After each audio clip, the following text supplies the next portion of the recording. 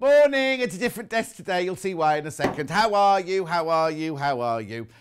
Let's go on. Early bird. Early bird. Early bird. Oh, no. Before early bird. Linda Blake, happy birthday for Friday. Linda Blake, happy birthday for Friday. Michelle sends her love. Right. Now we can do the early bird. 404 spray. It's 404 spray. £5.99. You're saving £2. Should be £7.99. Now let me see if I can read the graphics around. Okay, now there was another website that Hannah found for £10 or £9.99. £9.99. Oh, now Barnyards. They always have a great big stand at all the festivals and everything, don't they? How much is Barnyards? Oh, £9.96 theirs is. £9.96. So ours at £7.99 is already a good price. Already a good price, but now £5.99. Now you're saying, what is 404 spray? Well, it's for paper. So if you've got templates to stick down to your fabric, or you've got pattern pieces, you just want it temporarily. Now it doesn't affect the fabric, and you can do paper to paper, paper to fabric. It does not affect the fabric. It will make your template sticky, so you can use it a few times over. We're thinking it's a bit like making it freezer paper without the iron. You don't need the iron, do you? It's washable, so you can wash it once you've used it and things like that. 404 spray, excellent to have around if you do a lot. Now, we're thinking as well, if you put quilt guides down, following around a quilt guide, that might be good because it doesn't affect your fabric at all. Always test though before you use it. What else can I tell you? You tell me what you use it for. Acid free. Isn't that a song? Because we're acid free. Glennis says, good morning, John. I've been shopping already. Glennis, but now let me guess. Did you buy, what fabric did we see that gone this morning? Pussycat fabric. Did you buy pussycat fabric? Ema says good morning. Terry says good morning. Claire says good morning. Laurie's joined us. Oh, lots of you already. Now, does this shirt make me look extra fat today? I love this shirt. Lo bought me this shirt, but I put it on in the dressing room and I was like, oh, I look like I've got a big belly. I have got a big belly. Anyway, don't rub it. £5.99. Claire says, lovely close-up of your beautiful belt buckle. Patsy says, morning, John. Thank you for the block demo yesterday. You were absolutely brilliant. I learnt so much in that last hour. It was panic. Do you know what? It was panic because we had no graphics. We had to do it. Imagine if I hadn't got that piece of calico. If I hadn't said to Hannah the night before, oh, get a bit of calico just to be on the safe side, right? Imagine if we hadn't had that. Anyway, it was good fun, wasn't it? I'm not doing it again, but it was good fun. Hi, John. Shirt-wise, it's fun to be square. Oh, is it, Margaret? Glennis says, oh, what, hang on. Morning, love the shirt. Anne-Marie in the Isle of Wight, that's lovely. Glennis just bought Parakeet Park. She bought Parakeet Park. Lulu, morning, John and team. I can watch you with the sound on today. Well, the work server has gone down, sitting, waiting, enjoying Soane Street. John, you look fat. Oh, no, fab, not fat. Susan says, morning, John and crew. Looking at all the comments on your ad-lib tutorial yesterday. Oh, you're very kind. You're very, very kind. Anyway, check out on this. Once you've checked out, you've paid your P&P for the day. That's it. You'd have to pay P&P again. Yeah, go on. Give it a go at that price. £5.99. You could be paying £10 for this elsewhere.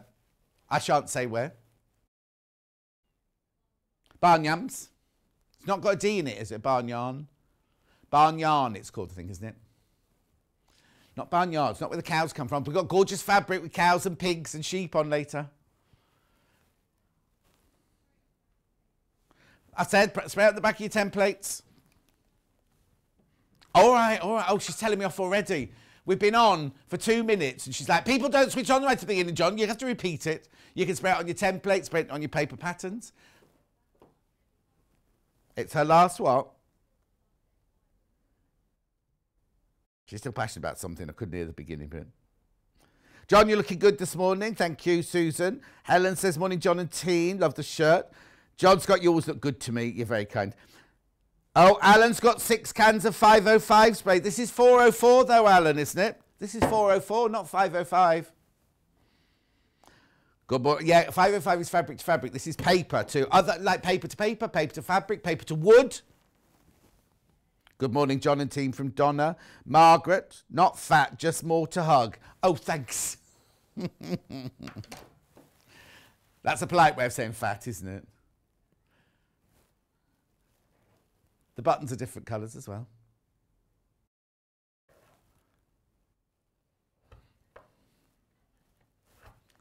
Keep going through. Oh, while you're here, while you're checking out, later on today, I've got this book, right? You can leave the graphics in because it's not, obviously it's not for the book, right?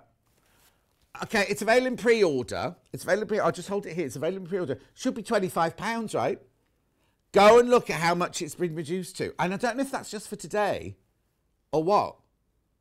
But it could be. I've got, in the embroidery I've got some gorgeous books, but this one should be £25. Go and have a look at how much it is today. It's a fabulous book. It's a beautiful book. Helen McCook's got a couple of pages in it as well, a couple of sections in it. Anyway, back to this. Oh, sorry. You've gone a bit off skew.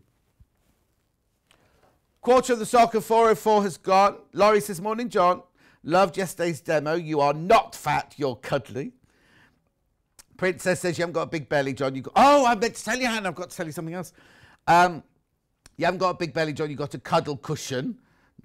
I just made that up. Do you like it? Good morning, John and everyone. Wilhelmina. What a lovely name. Wilhelmina Puddle Duck. Morning, cuddly Teddy, best. Oh. Trudy says, morning, John. Looking fab again this morning. And another Darza shirt. Don't know that word, Darza. I could have just read out something rude on live television. It's all right, because they didn't put the bleeper on. Hannah's got a bleeper, so she can bleep me out if I say anything rude.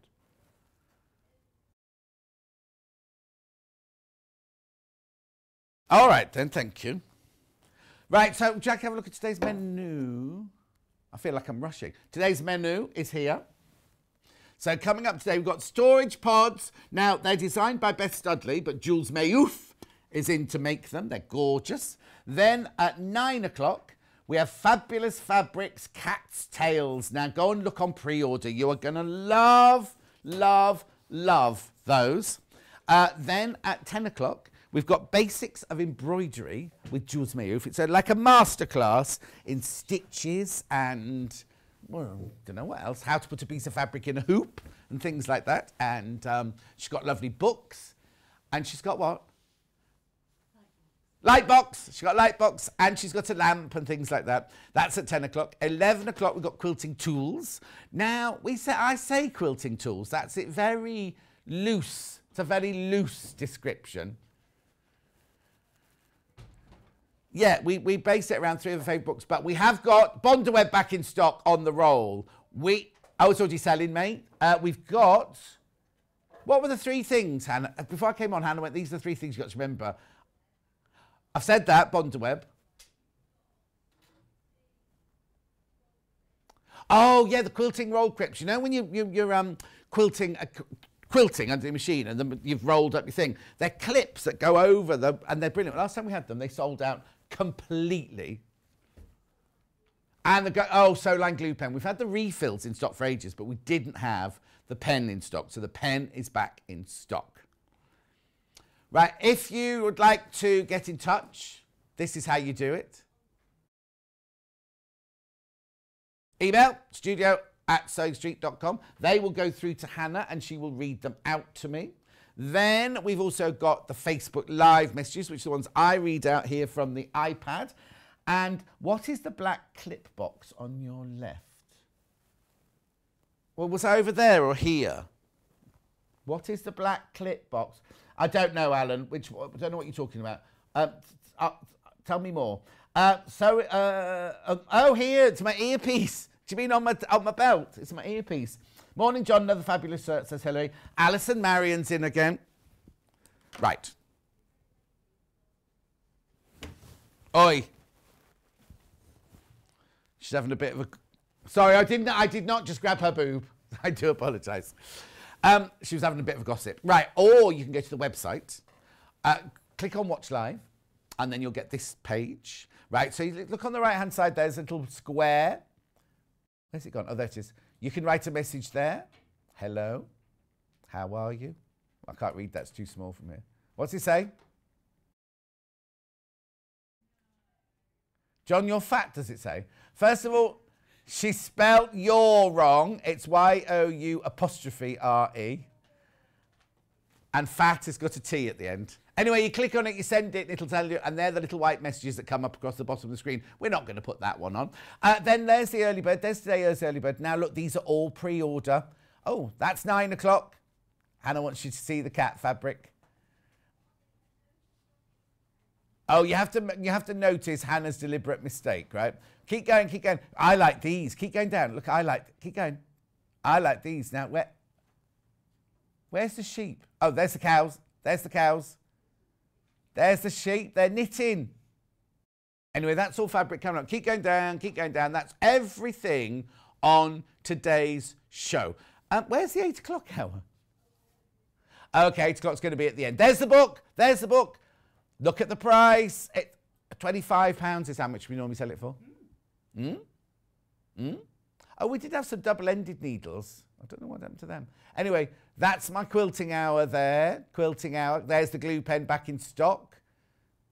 Then, keep going. The plique mat's back in stock. There's the Bondaweb already selling. And then there's this hour there, those lovely pods. Ignore the fact it's on a roll. We're selling that by the half metre. Oh! Okay, that one's not out of stock. The other one, you'll see it in a minute. There's the patterns. There's some fabric. Oh, there's the orange fabric. Oh. Right, okay, let's get on. So, Jules has made these, right? The Beth Studley. Now, I need to tell you, when we did the Beth Studley single pods with Angela, sold out. Then we did the kind of round ones with Janice, sold out. So this is a new one now. Now, Beth actually sent me a picture because somebody said during the show, we were saying, what would you put in them? And Hannah was like, I'm going to put garlic in mine. We were like, no, you don't. Somebody messaged and said, could you put a cat in it, right? Anyway, Beth sent me a picture of her little cat sitting in, well, it wasn't in this pod. You see the 4 pods behind me there? They actually belong to Beth. They are the ones that are on the front of the cover. These are our versions here today, but they're Beth's there. And I thought, I wonder if I'm allowed to use it. So Beth, if you're watching, let me know if I'm allowed to use it and I'll find it and I'll send it through to Hannah. Or you can email it in to Hannah and she can show it on air. Now, these are big. I meant to bring them in. The ones Janice made, the one Angela made were this big.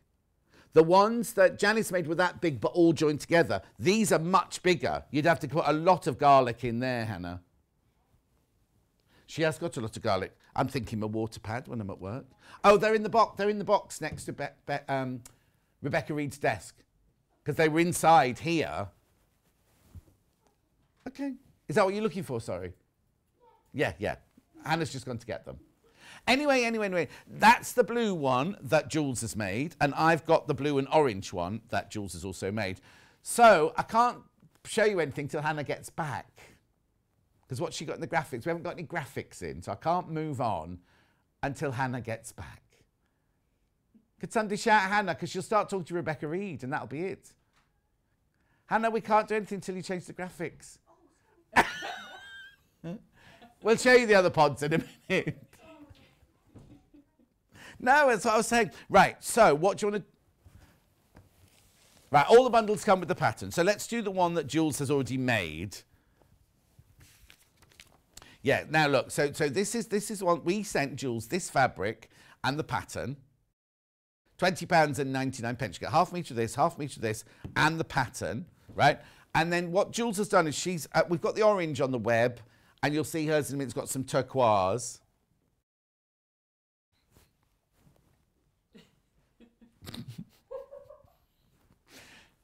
Okay. So Hannah's just brought some, she hasn't touched them, she brought them in with tongs, right? She's put it over there, right? Social distancing, but I can't reach it, so I'll get it in a minute. Anyway, let me carry on with these. So you get this. You will need some wadding. And you don't have to, you can make 2 of these out of this fabric. You don't need any extra fabric. You do need some wadding, though. We haven't put wadding in the kit because we think you might have a bit of wadding at home. £20.99, that one. The one that Jules is about to demo with is this one, which is Liberté. I think this one would be very, very popular, this one. That one's only £19.99. for Liberté. So you got a metre of fabric and a Beth Studley pattern forever. Well, until you rip it, you know. Yeah, it depends how you look after it, but everything's in there that you need. We'll go through that in a minute with Jules. $19.99. Then I've got two other bundles. I've got this one here, floral. There you go. $15.99. This one, Emily Rose's Duo. Beautiful. Have I left my face mask over your way, Jules? I don't need it. I don't need it.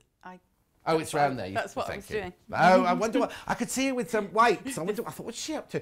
I'd left my face mask on her desk, so she's picked it up and put it underneath the table for me. This is nice. This one's quite dramatic, this one. $15.99. I've never seen this fabric. Hannah, we've not had that fabric, have we? Autumn Bloom. $15.99. Right, pattern on its own if you've got your own fabric, your own colour scheme. There you go. Storage pads by Beth Studley. Pods, not pads, pods. £6.50. Now, you keep calling it a bathroom, Hannah. So, in Hannah's house, she has an ensuite toilet. And she keeps saying, oh, the little bathroom, my ensuite bathroom. It's got a toilet and a sink in it. Dunk. She's painted it, looks beautiful. She's put lovely shelves up and pictures up and everything. She wants these to hang up, put up cotton wool balls in. Yeah. See, that's very cheap for a designer pattern, isn't it? Oh, she does a skit. When does it take effect? Right. Sue says, morning, darling John and crew. We're floating here in Rochester. I need a canoe. Deborah says, morning, wet and windy in Norfolk. Oh, I don't know, Susan, I don't know what you're saying. Oh, yes, there will be. There will be. Hang on. It's a designer pattern. Please go to our website, Love From Beth, to find out what the angel policy is. It's not written on the back of there, but oh, I've got to open one here. I'll have a look during the show. Oh, Beth! Beth's message in! Beth! She says, of course you can show the cat pic. Right, Beth, because I'm live on air, you couldn't possibly just email it to. I'll just give you the email address. Oh, you've got the picture, Hannah? Oh, she saved it. Not that she's stalking you, Beth. Not that she's stalking you. Have you got the picture, Hannah? Okay, Beth, could you email it in? I'll give you the email address very quickly here. The pattern on its own is about to sell out. I knew it would. There you go. studio@sewingstreet.com. Studio, if you could send it in, that'd be lovely. So, oh, how lovely that Beth's watching. No pressure then, Jules. No, I don't feel any. No, good. Glenys has bought the pattern. Derek says, amazing shirt. Isabel says, caught up with yesterday's show. It was really good. Lo says, morning, lovely liquid sunshine. You're on the drink already. On the sherry already. This is going to sell out. This is going to sell out. Always does, always does, always does. Right, shall we get on or shall I show you anything else? Solid colours very quickly. Right, so I haven't got the orange here. You don't need them. You don't need the colours. Oh, you got blue. Blue, there you go. Blue, blue, blue. Peacock. You don't need them, but it's if you want to save your designer fabric and just line and bind with a plain fabric. So that's the one that you'll see on the one that Jules has got already made over there. Orange next, which is this one. I haven't got the fabric. You can see it on here. And I've got the silver and the pink, which we'll do as she's demonstrating. Which one are you using to demo in? Both. Okay, perfect. So we'll First of all, silver. All right, they're just lovely options. You might not want them for this, but you can make, out of the bundle, you can make 2 complete pods with the lining and the outside made with the designer fabric. You don't have to put plain on the inside if you want to. The only way you can get the pattern now is in bundles. That's sold out. Right, shall we start? Good morning, Jules Mayouf. Now, how do I say your last name? Mayouf. Oh, I was right. Yeah. Because I was putting it as a H in the middle. I've had it all, it's said all different ways. Don't worry. Mayouf. I answer to all sorts. and where does it, what's it? North African. Oh, is it? Yes. Yeah. North Africa. Yeah. Very nice, very Hidden exotic. depths, I know. Hidden depths. Right, okay, make these then. Alrighty, let's go. Yes. So what I think is if you can get, or if you have got a plane to go inside, it just makes it a little bit more striking, I think. Yes. So luckily I was sent plain, so that's quite nice. Yeah. All right, so first of all, you've got your... So hang on, so if you've got 1/2 metre of a plain fabric, you can make 4 of these. Yeah. Out of the metre we've sent you, you can make 4. Yeah. Because you're using your... I've got 2 of those and 2 of those. Oh, well, there you go. Oh, That's done. it then. Yeah, That's yeah. it then. So- So depending on how you want to do it, the choice is yours. Yeah, and you can obviously match that to Hannah's bathroom. Well, yeah, yellow. Isn't it yellow, Hannah? Oh, it's obviously got a yellow light bulb then. The picture was yellow. Yeah. So it's white walls, right? White walls. And I said yellow. She went, yellow. She got a yellow light bulb. Okay. Go. Go. So it's on the pattern. You've actually got the templates for all of the pieces that you need to cut out. Right. So this is how the pattern comes. Oh, you've got it there. Yeah, I've got it open. So what you've got is 2 parts to the main body of the bag. Right. And then 2 parts on the base. And on the base you've got an inner and an outer. What I did was I photocopied all of this just because I don't really want to cut up this pattern no, anyway. you want that for future. Yeah, exactly. And also you're joining pieces together. So if you photocopied it and then cut out your pattern pieces, you see these 2 little dots here? Yeah. They actually match up exactly to make a whole circle. So that shows you, I'll show you in a second when I've got it on. That shows you the main body piece. Perfect. So it's quite useful to actually cut them out, to have those done. I would photocopy this. Once you've put it together, photocopy it again, and I'll explain why a little bit later on. Perfect. And then photocopy the base twice so that you can cut the outside, which is the lining, and then the inside, rather than be left with a little kind of ring of paper. Yeah. So if that explains all of that to start off with. And the other thing I thought I'd quite like to show you quickly is when you're putting your fabric and you're ready to cut it out. So this is where I photocopied it together. It's got my little writing bits on there to say how many of each to cut out. But on your main fabric, you cut the shape and size of your template. On your lining fabric, you add 3/4 of an inch. And that's not on the pattern then? It's not on the pattern. Right. It tells you to do it, but it's not on the, brilliant. just so that, and if you've got a paler lining or a single colour lining, it's a lot easier to do this kind of thing rather than cut out another template. Yeah. So it's important to read your, not your recipe, your instructions. Read all your instructions, most definitely. Yeah. And I found that on the pattern itself, if I could use my rotary cutter, because this is a straight line. Yeah. Obviously, you've got that against the fold, and this then will be a straight line. So it just makes it a little bit easier to whiz it along. When you photocopy again, you kind of really need just this bit and this bit. But if you can photocopy the whole lot, it comes off an A4. Yeah. So it'll photocopy on an A4. I always seem to pick the ones where... You need a new blade. Or is that ours or yours? It's yours. It's ours. All right then. We need new blades in our New blade. cutter. Anyway, back to scissors. Yes. Has the instructions, has the pattern got seam allowance included on it? Yes, and your seam allowance is 1/4 of an inch, so it's a quilter seam allowance rather than a dressmaker's seam allowance. Perfect. But it's 1/4 of an inch throughout. Lovely. What you'll be doing is you will be doing some quilting, obviously, on the main body of the bag as well. Yeah. So, all right, so I'm not going to cut all of it out, but just to mention as well, on your this is the binding template. Yeah. Don't be tempted to try and straighten it up. It's meant to be bent, On the bias. so do that. Yeah. And the little tab at the end, there's not a pattern piece for that, but you just need to draw that on. It's a 2.5 by 5.5, I think, strip. So that's just in make the sure instructions as that's well? all in the instructions, so you'll be able to follow everything. Okay. Once you've cut everything out, then you need to put your main body on the wadding. Right. And also put your base piece, outer base, on the wadding, and then you'll be cutting around that as well.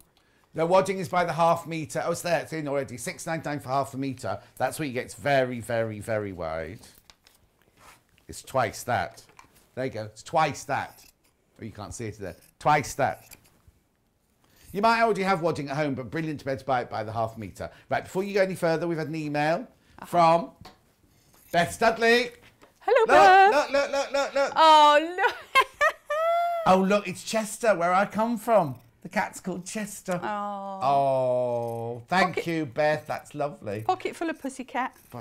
My Julie, my sister-in-law, her Scruff, her dog, died a couple of weeks ago, and she was mortified. And we've got a new dog now called Darcy, and it's a black Labrador. And she is beautiful. Nice. Was there another picture very quickly? We'll just do this quickly and then we'll get on with the sewing. While I'm chopping away, sorry. Yeah. Hi, John and Hannah. Have been making a few of these this week from Beth's great pattern and making use of some of the lovely William Morris fat quarters. It is just wonderful to have Sewing Street on our screen and keeping us motivated in these difficult times. Thank you. Our pleasure, Linda from the Scottish Borders. Our pleasure. It's lovely, isn't it? That William Morris fat. Now, has she got William Morris in the fat in the middle as well? Is that one the kind of blender from William Morris? I think it is, isn't it? Gorgeous. You could get, if you've got 2 fat quarters, one outer and one lining, you could get 1 pod out of that. Yes, yeah. Yeah, definitely. All right, so there we go. So the next thing that I want to show you is we're going to be putting these together and doing some quilting. Right. I've done it in opposite colours here so that you can actually see the quilting, but it's wiggly lines, and that's what Beth was suggesting, is to quilt with wiggly lines. Right, okay. Excuse me. So that I think you could do it in straight lines if you wanted to, but eventually the bag is going to curve. So if you did straight line, it would end up looking like a wiggle anyway, wouldn't it? So now you've cut a wadding of the main body, yes, and of the base. So that is exactly the same size. Yeah. And the lining is the one that's a bit bigger. Slightly larger. Yeah. But there's no wadding for the lining. It's the wadding's only going in one. There's only one set of wadding on there. So what you'll do, now I've folded that right sides together, so that's my right side.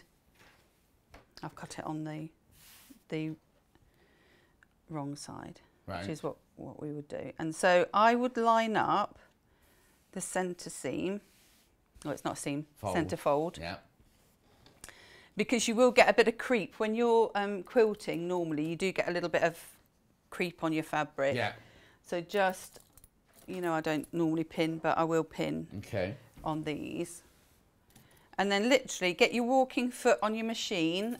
I think it's worthwhile using a walking foot with this because of the creep. And eventually, just leave your walking foot on for everything, because it will help you with your bottom seams as well. Okay. And Lois said, could you use Boswell to make them slightly stiffer?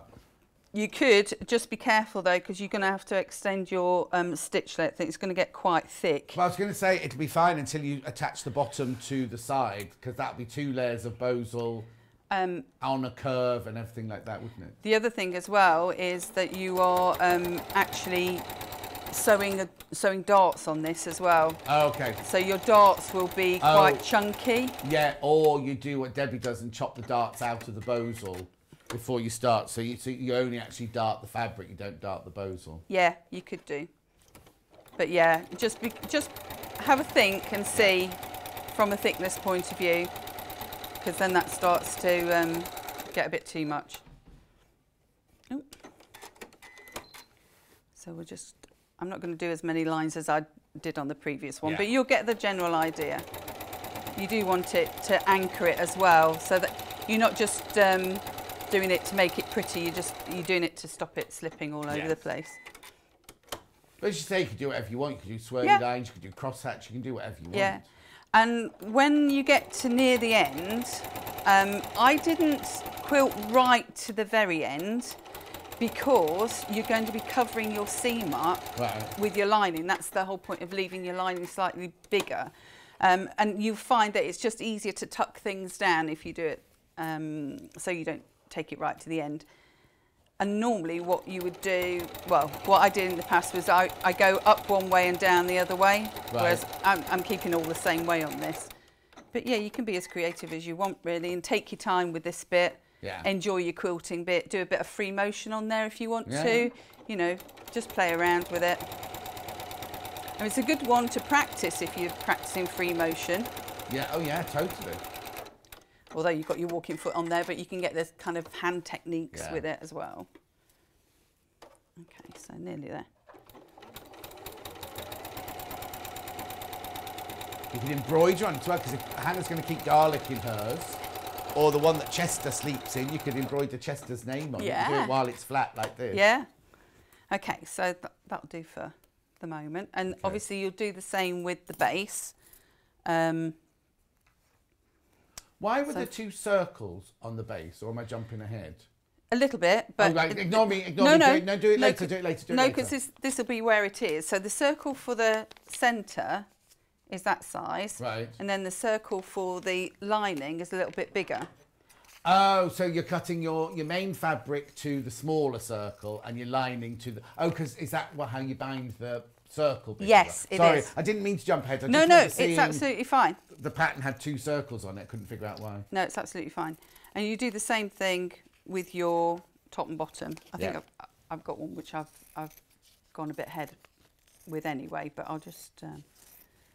Derek says these would be great for Christmas as Christmas gifts. Blimey, Derek, we're not at the end of January yet. Filled with toiletries and knickknacks. Yeah. There's no way any of my cats would fit into these though, but I guarantee they'll try. The other thing I've seen people use them for as well is sort of like little thank you pods, you know, because the times that we're at, just to give like little gifts as a thank you for doing your job, basically. Oh yes, like you that know. gives somebody's going. Yeah, like your postman or your post lady. Yeah. Not sure my postman would want one. It's a bit too butch for pods. Anna would give it to her postman. Definitely. Well, you could do it in sort of more masculine fabrics if you wanted to. No, I can't see my postman having a pod somehow. Yeah, he probably wouldn't be delivering your post for a few days, would he? He gets, what's going on? I've got my normal address, but I've also got a P.O. box. Oh. So I have to go and look somewhere else for my parcels and things. He's brilliant, my postman. It's quite nice when you're in a village, though, because you get that sort of rapport with them. Oh, yeah, anyway. everyone, yeah, exactly. All right, so the next thing that we're going to do is we're going to put on where our darts are, and then we're going to sew the darts. Right. So the next thing that you'll need is, I did jump ahead, so that's good. The pattern piece that I said, the next thing that you're going to do is take the second pattern piece that you'll have done and cut out all of these darts. Right. And that's why you photocopied it a second time, yeah. Yeah, just so that you don't have to keep cutting out things. Yeah. So you've now swapped to a different colourway. I've now swapped to a different colourway. So with the kit that I had the grey with a pink, and then I had the coral, I suppose you call it, with the silver. Right. Which it looks quite nice. It's still the Liberty bundle, just a different coloured lining. Okay, so turn it over so that you've got the lining. And this is why it's a bit easier if you've got a paler lining. Yeah. You want your friction pen. Friction pens. Super duper bumper pack. I've got a bundle. And then where you've got your fold in your fabric, line your pattern piece up with the fold in your fabric and just simply mark through, just gently so you're not stretching the fabric. Just mark through up to the point and along. Okay, back to the marking. You can buy them singular on the website as well, just so you know. We just did a bundle for you today. And it doesn't matter whether you've got a thick, thin, medium or whatever you like, you're just marking it. I wouldn't use a non-removable marker even though you're not seeing it, just because when you, you know, if you turned it inside out, you just don't want extra bits of ink all over the place. Yeah. And then what you do is you turn your template over, line it up with your fold line again. Hopefully Beth is not shouting at the screen about anything I've done so far. She'll soon tell you. She'll soon send in a message if you are. Sorry, Beth, if I do. Lo said, don't people make things like this for rescue bats? Oh. I've seen things like that. They're made of fleecy fabric normally, aren't they? Like for hedgehogs and stuff. Hedgehogs? Oh, got a baby hedgehog that needs... They don't fly, do they? No. I hope not, because that'd be quite dangerous. Yes, yeah. Hannah, but we learned a new technique in crochet, didn't we? Something about fight the hedgehog or something. Oh, Wrestle the hedgehog. Oh, I say. I've never done that in my crochet. No, knitting socks, not wrestling the hedgehog.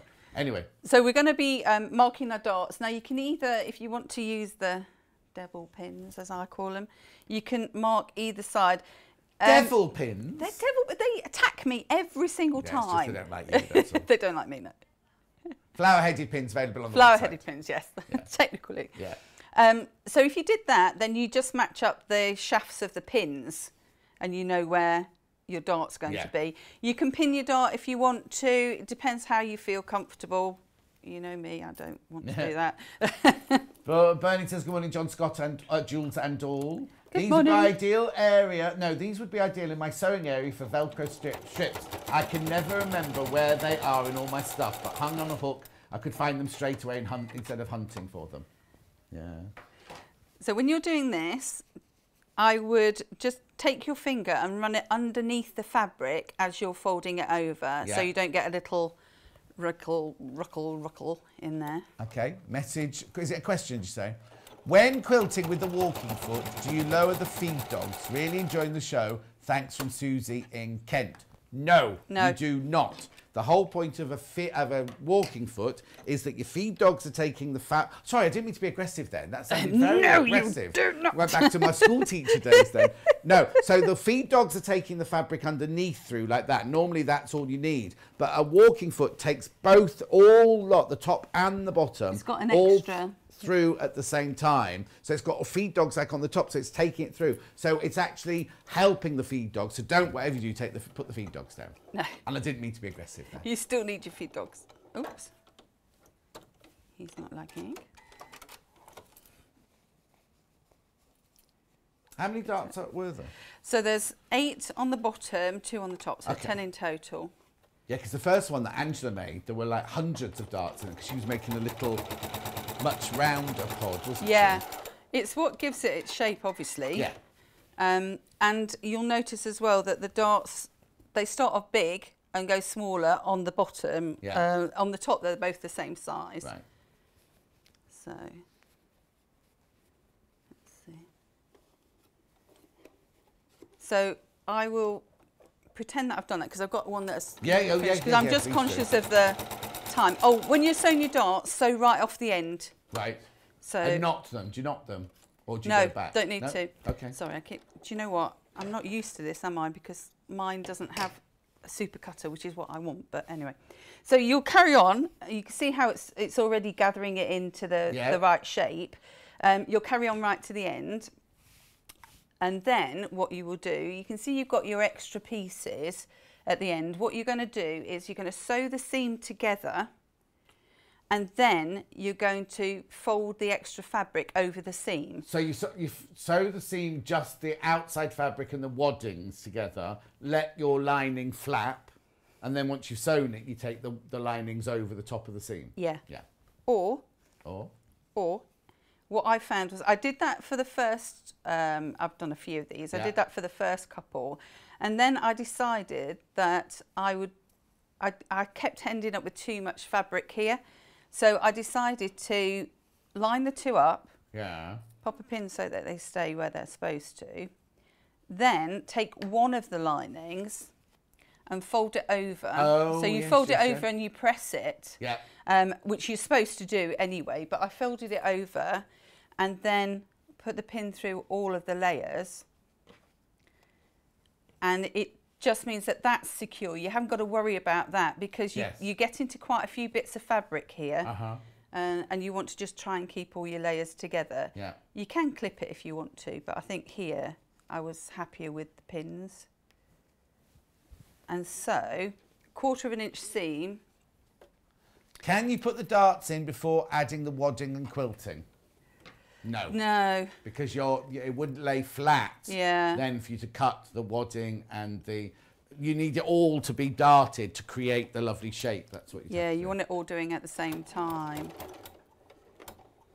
The only thing that I would say is when you're doing this, and just check it before you move on to the next stage. Yeah. That you've caught all the outside fabric. Right. Doesn't matter so much about the lining because you can fiddle around with that, but if you haven't caught the outside, yeah, you can have a gap in your pod. So let's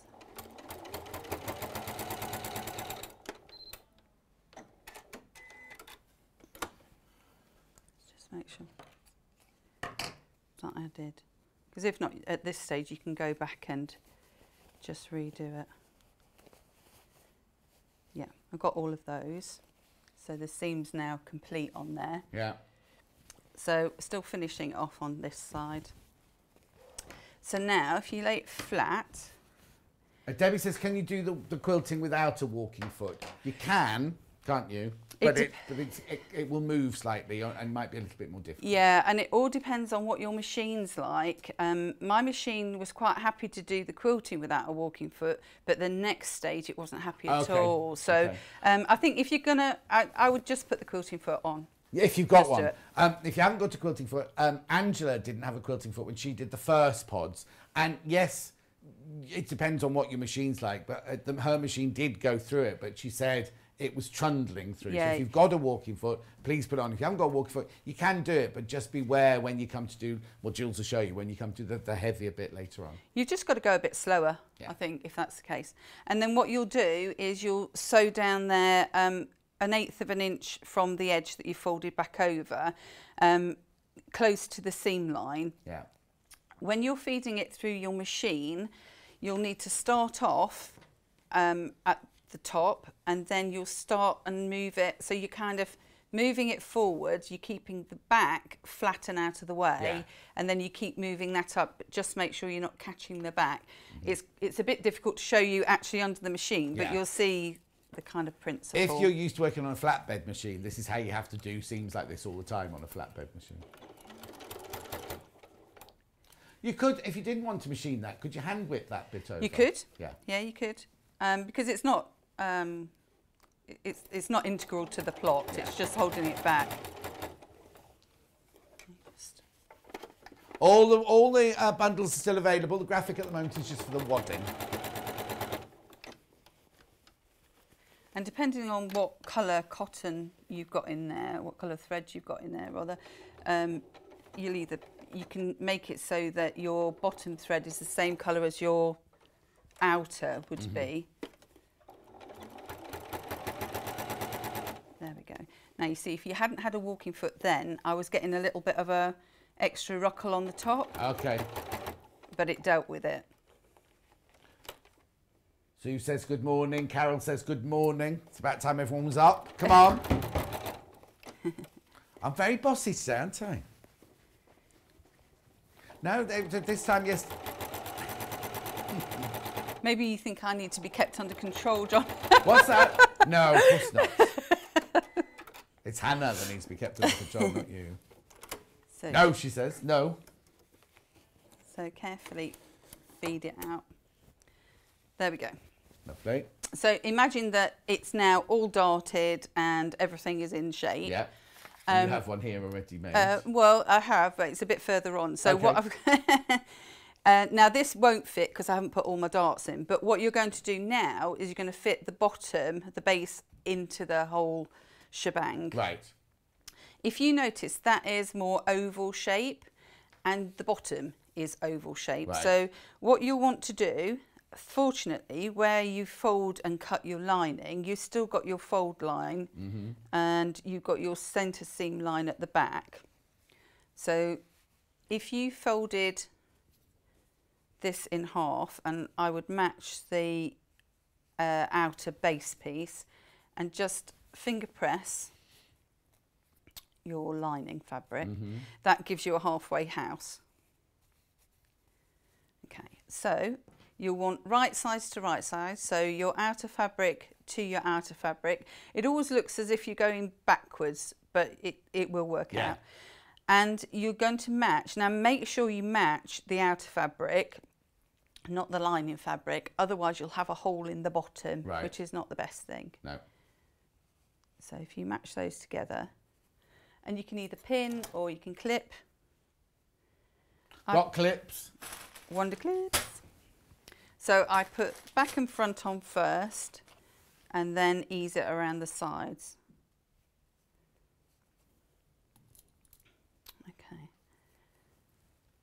Now, pretend that I've got a dart in there. Yeah. Because otherwise it won't fit. But yours will be all, you'll be at the dart stage. But you can see here it starts to get quite bulky. So when you are sewing it on, just take a little bit of time, really. Yeah. That's the only thing. So if you're clip or pin. Oh, Susan, the pattern was for sale at home, but they all went. We had loads of them. We had loads of them, I'm sorry. Oh, the only way you can get the pattern from us is in the bundle at the moment. Can we watch this again on YouTube? Yes, you can. It'll be after the show today. Did it go straight onto YouTube? Oh, this afternoon. It'll be there later on this afternoon. You just literally put in YouTube Sewing Street today's date and today's show will come up. But you can fast forward. So if you don't want to listen to me waffling on, you can just fast forward over me. You can't do that on the live shows, unfortunately, Hannah. Oh, she's a sauce pot. Isn't she just? And then she wonders why I get stroppy. Jill says, morning, John, just awake as in bed late after online grocery delivery at nearly midnight. Oh, I think I'd be a bit annoyed if my neighbour starts having groceries delivered at midnight. Loving your shirt, looks very spring-like. Oh, thank you, Jill. Do they deliver that late at night? Yeah, I suppose there's a lot more people Oh, no, of course. requiring yeah, it, aren't there? And you book it, don't you? It's not random. Like, when you get something from the Long River, it can come any time during the day, can't it? Whereas with the supermarkets, you book your time, don't you? Can you imagine knocking on your door? Woo. Well, yeah, especially I go to bed at 8:30. Yes. Hello. Is it morning? Okay, so that's your kind of look. Yeah. And I haven't done all the dots, so this won't be as professional as you will make it at home. And then you just go around and sew them. So make sure that when you've got it on your machine, that everything is flat and what's going under your machine is nice and straight. Okay. And again, we're doing a 1/4 inch seam, and it might. So I'm fiddling around holding darts and stuff. So, but you will have already sewn. But you can already hear the machine, and that's my machine. My machine can get through an awful lot, but you can hear that it's going through lots of layers. Mine just went, forget it.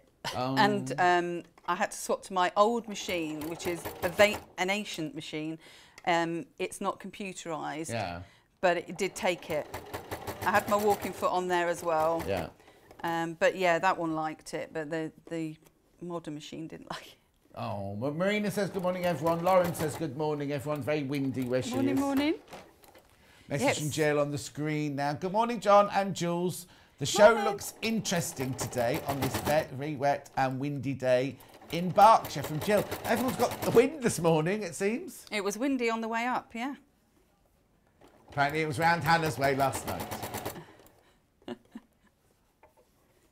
It'll be interesting to see what this turns out like, actually. Well, because you haven't done all your darts, it's going to be... Yeah. Well, I'll stop there because I just want to show you the next stage, and then I can move on to the next bit, which is beyond the next stage. So that's where you're at with it. As I say, just make sure that... I'm not going to put my hand in there because I've got pins in still. Just make sure that you've caught everything so that you've got both of your outer pieces in that seam. If you want to just trim back a little bit of the wadding, just to make the next part a little bit more even, then do it. And what you're going to do now is, the advice is to press it around. I found that I was pressing in more pleats than necessary. So I would, and if you've hemmed skirts and stuff like that, you'll be doing this anyway. I would fold it over and then fold it over again. So what you're trying to do is to meet the stitching line that you've already made. And once you've done that, clips are much easier because otherwise you will be stabbing yourself. So you can see, look, it starts to pleat. So if you do a small section and then bring it over, and if you have a look on Beth's pattern, you can see that you're not going to get a flat seam. You are going to get some kind of little pleats in it. Yeah. But I did a small section at a time. And then this is, again, another whip stitching project. Exactly.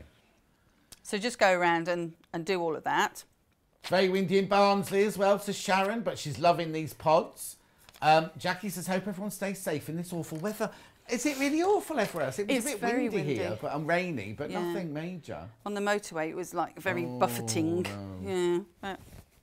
So that's what you'll end up with. Right. So just kind of finger press it around.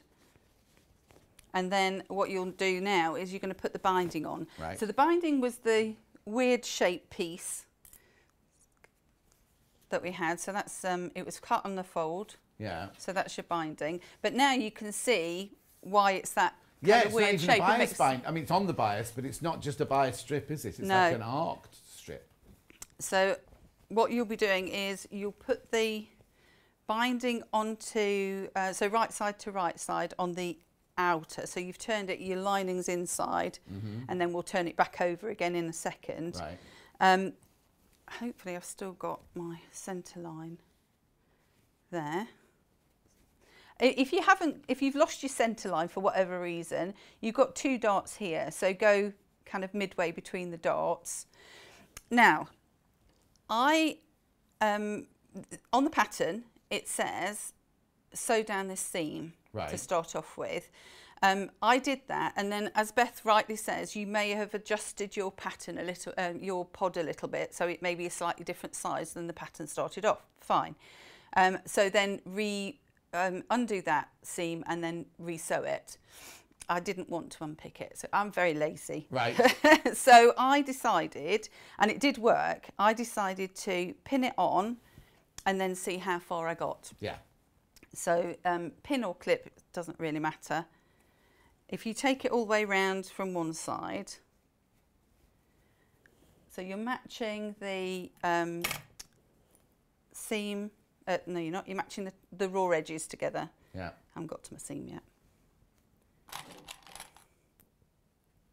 And then when you get to the top, you'll see where your centre seam is. Yeah. So just leave that for a second. So you've done round one side, then do round the other side. Just again, match your curves on there.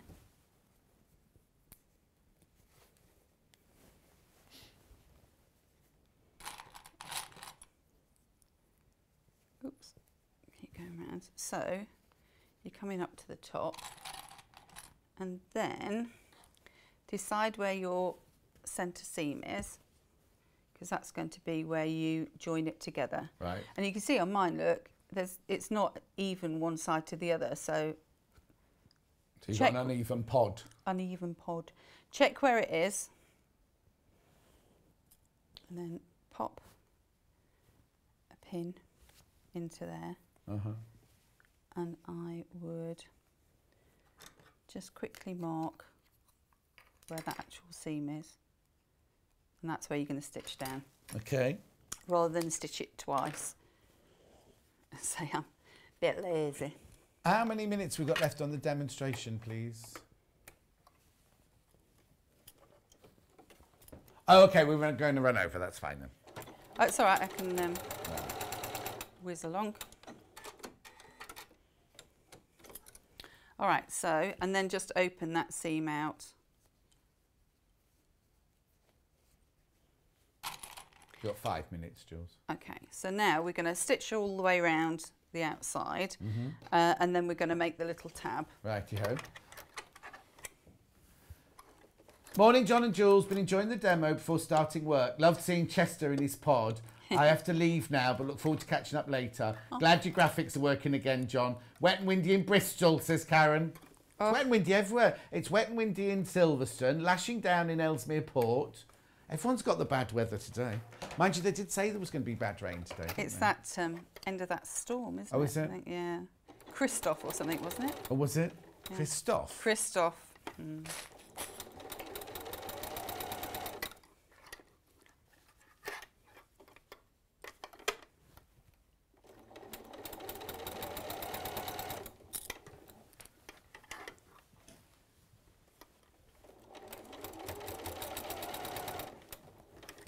Janet, did you say? Janet says, I'm watching the programme live on YouTube, John. I can cast it to my TV. Brilliant, Janet. That's good, because you can watch it big then, can't you? So I've just sewn a section so you get the general idea, because I know I'm conscious of that. So once you've sewn that, then you're doing exactly the same thing as you did with the bottom piece. Yeah. You're finishing the binding off really. So if you turn it inside out, so you've got lining side out. Again, trim some of this back if you feel it's not going to make an even binding. Fold down a small amount and then take it across. So you can, it's easy enough to see, I think, with the... Yeah. So again, just fold down. It's not so... You don't get so many puckers because it's not such a tight circle. Curved, yeah. And then fold that across. And also, the one at the bottom was just an extension of the circle, whereas this is a binding actually Yes, a cut to proper shape, isn't it? yeah. Right, 5 inches of snow in Edinburgh. Ooh. Blown a gale, says June. Shingle being blown into the front garden. I want to watch the end, but I need to get to work. You can watch it on YouTube later, Sharon, my love. Good morning, says Angela. Ruth says, watching with my daughters before we start homeschooling. Oh. If homeschooling doesn't go well, we're going to have a textiles lesson today. Another dull and dreary day in Wiltshire, says Angela. We've got really heavy snow. I'll need a shovel to get to the car. Plenty of supplies in, so not bothered by Mo. Aw. Gin, known Mo. No, I think she's a whiskey girl, isn't she, Mo? Yeah. Right, so I wouldn't normally top stitch, but actually you can if you want to. I'd normally whip stitch around. That's what I've done on those. But that just gives you an idea of what the finished section would look like if you top stitched it. So, and just make sure that you've caught the binding. Okay. So the last part is to do the little loop. And the way that you do that, I've cut 2 because I had my fabric folded, but you've got your 5.5 by 2.5, I think it is, strip. Yeah. What you'll do is you'll fold up about 1/2 inch. So I'm on my mat. And then you'll fold down. Just do this quickly. 1/4 inch. Moreg says, afternoon, it feels like that because I've been up since the 3:30 on call, enjoying the show in wet Dumfries. Derek says, what's a whip stitch? Oh. Very quickly, though, because we've only got half a minute, I'm afraid. Okay, so it's literally, you're starting here, you're putting your needle up and through, up and through, up and through. And you it's end underneath up, the seam. Yeah, you end up with, you see just about on there. Oh, hang on, we'll come in on that one. Sorry, I did it in a similar sort of... Fabulous. Can you see it? Yeah. So that's what that is. Okay, so very, very quickly, you've just folded the 2 edges in. Yeah, and then you fold that across.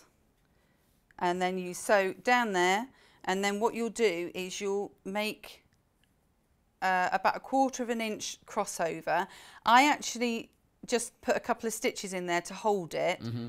Once you've done that, then you're on the inside, you're on your lining side. Does it say on the pattern to do it on the inside? Yeah. Beth? Oh. Got a question here. Because Beth's on the outside. Is that inside out though? No, the lining's inside there. No, but I mean, is it? No, the lining's there. Look, the binding's inside. Okay. So it's on the outside. Yeah. Oh, well. Oh, Beth. Unless I've got it wrong. Apologies, Beth. No, I didn't mean to put it on the inside. I promise I wasn't picking on you at all. You can put it on either, basically. Either side, it looks fine. Yeah, right. We've got to go. Right, okay so... what's next? The bundles. Sorry, Beth, I've thrown your... Oh, it's gone on the shelf. It's all right. Right, first. Hesketh House bundle, which is the one that you've just seen being demonstrated. The one you saw, Jules put the pink solid with it, but you can make 2 complete pods out of those 2.5 meters of fabric, plus your pattern. Only way to get the pattern is in the bundle now. 2 left. One you've checked out, there are 2 left of those. Next, the solstice one, which is this one. Jules put it with peacock when she was doing hers, but you can make it out of both of those fabrics. £20.99. Okay. And are we all right on stock on those? 3 left once you've checked out of those. Then I've got the Duo Roses. So you get ½ metre of the taupe mushroom roses, ½ metre of the duck egg roses, plus your pattern, $15.99. You can't get the pattern on its own. We've completely sold out of the pattern on its own, and we had loads. We did have loads. Oh, okay, Hannah's saying, please be quick with your checking out because we do not want you to miss out. And last but not least, we've got the 2 florals, which I think would be rather gorgeous together. Autumn Bloom, these are called. $15.99. Oh, yeah. Now, people are asking, are these the same as the pods that Angela did? No, the pods Angela did. Wait there, wait there, wait there. Same method, right. This was the size of the pod that Angela did. Oh, I can use the one on the shelf. And this is the size of the pod we've done today. And then the pod that Janice did was the one where they all joined together. They weren't individual. So that's the difference in size. This is the one Angela made the first time round. This is today's. But aren't they going to look gorgeous together if you've done all of them? Yeah, don't miss out. Don't miss out on those. Right, so I've done that. I'm not going to go through any of this, am I? Oh, wadding. We'll do it in the quilting alley. It's freezing now. I'll put the aircon off in a minute. $6.99. This is for ½ metre, so you can buy as much as you like. Margaret says, good morning, John. Loving the colours on your shirt. Very spring-like. Claire says, casting YouTube to the telly. Why didn't I think of that? See? It's a new way forward. Being able to do it. You've got to have a smart telly to be able to do it. Right, don't go anywhere. Oh, what? Google Home. I've never even heard of that. Don't know what that means. Anyway, don't go anywhere. We will see you in 3 minutes when I've got brand new fabrics.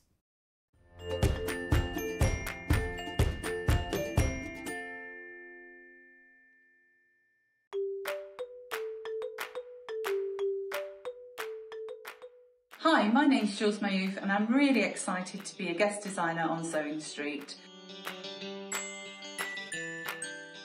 Okay, I got into sewing through my grandma. I used to sit and watch her. She was a dressmaker, and I started off making toys, and then I was dressmaking myself, and from then I've done homeware and children's wear and all sorts of different things in between. I would say my top tip is to be kind to yourself. It's only fabric at the end of the day, and if things do go wrong, then you've always got your quick unpick. My claim to fame is that in 2012 I was a VIP driver with the Olympics, and I met some really interesting people who were very nice, and I'm hoping that I'll meet some very interesting and nice people on Sewing Street too.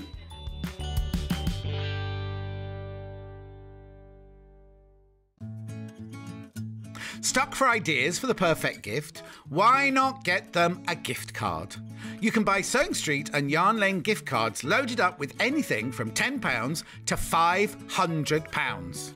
Shop our gift cards online at www.sewingstreet.com or www.yarnlane.com, or purchase them via our UK call centre on 0800 001 44 33. While we're having to spend more time at home again, we're here to keep you busy and entertained. Sewing Street will be live every day from 8 AM, bringing you plenty of demonstrations with our experts in dressmaking, quilting, bag making, toy making, needle felting, embroidery, and so much more. Our community of fellow sewists on the Sewing Street fans Facebook group are there to chat to you about whatever you're making, sharing photos and advice. Check out the Sewing Street Facebook and Instagram pages for fun competitions and offers.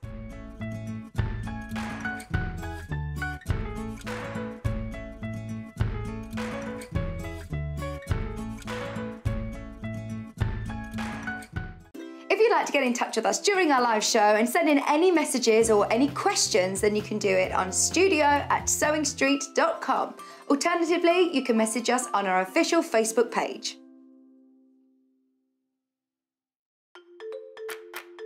Follow Sewing Street and Yarn Lane on Facebook and Instagram to keep up to date with what's coming up on the show, as well as being the first to know about our amazing offers. Get involved with our competitions that are exclusive to social media.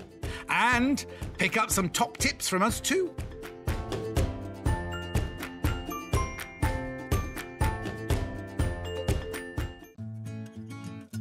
Stuck for ideas for the perfect gift? Why not get them a gift card? You can buy Sewing Street and Yarn Lane gift cards loaded up with anything from £10 to £500. Shop our gift cards online at www.sewingstreet.com or www.yarnlane.com, or purchase them via our UK call centre on 0800 001 44 33.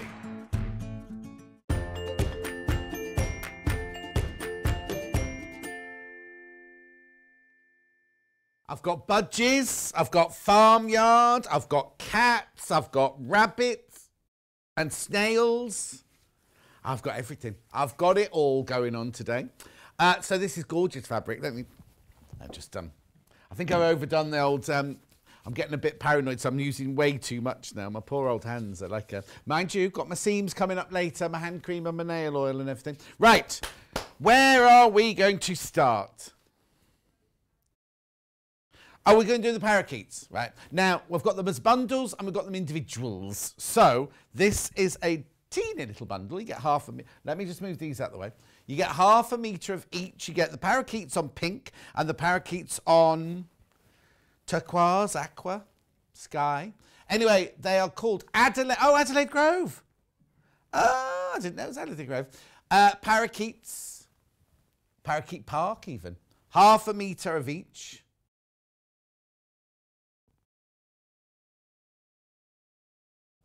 Gorgeous. I wonder if Ali Barton's watching today. She says she never watches, but I bet she's watching. It's her birthday today. It's her birthday. Oh, no, hang on. 20th. Oh, yeah, today. Okay. $14.99 you get there. Then we got them by the half metre. Which colour would you like to do first? Blue. Oh, it's so cute, this fabric. Oh, what? Okay, outside the bundles, I've only got 15 metres. How cute is it? Because look at all the different colours. Adelaide Grove, Dina Designs, Parakeet Parade it's called. Not Park, Parade. It's the spirit to create free spirit fabrics, Adelaide Grove, Dina Designs, Parakeet Parade. Yeah. It's beautiful, that, isn't it? So you got a blue one, a pink one, a green one. Aww. My nan always had a budgie. Oh, hang on. Princess says, can you repeat the menu? I missed it earlier. Blimey, Princess, we've been on air now 10 minutes. Right, so this hour is Fabulous Fabrics. The next hour is embroidery. The next hour after that is... Oh, here you go. Quilting tools. And then Yarn Lane Kit Roundup. There you go, Princess. Especially for you, my love. Jane's got a question. Oh, no, here we go. Hi, fabulous show. Where is Vicky? Is she okay? Yes, she's... Oh, don't you want me? She's in tomorrow. Is she not in on Friday? Yeah. Thursday, Friday, Saturday is Vix. And then Sunday is Debbie. And then Monday is either Rebecca or Wendy. It's Rebecca. And then I'm not back now till Tuesday. After today, I'm not back till Tuesday. No, she's fine. It's just the way the shifts have all worked out. But normally, a normal week, it'll change next month, but a normal week is Rebecca Reed does Monday, I do Tuesday, Wednesday, Vix does Thursday, Friday, I do Saturday, and Debbie Shaw does Sunday. However, at the beginning of the month, Vix had to go and do a shift at Jewellery Maker, so they asked me to cover her shift, but then gave Vix my shift on Saturday. So she ended up getting an extra day's money and I didn't. But that's fine, that's fine. She's having a baby, she needs it. She is two people now. I don't know why I keep doing that. Get down. So she'll be in Thursday, Friday and Saturday this week. There you go. Parakeets in pink.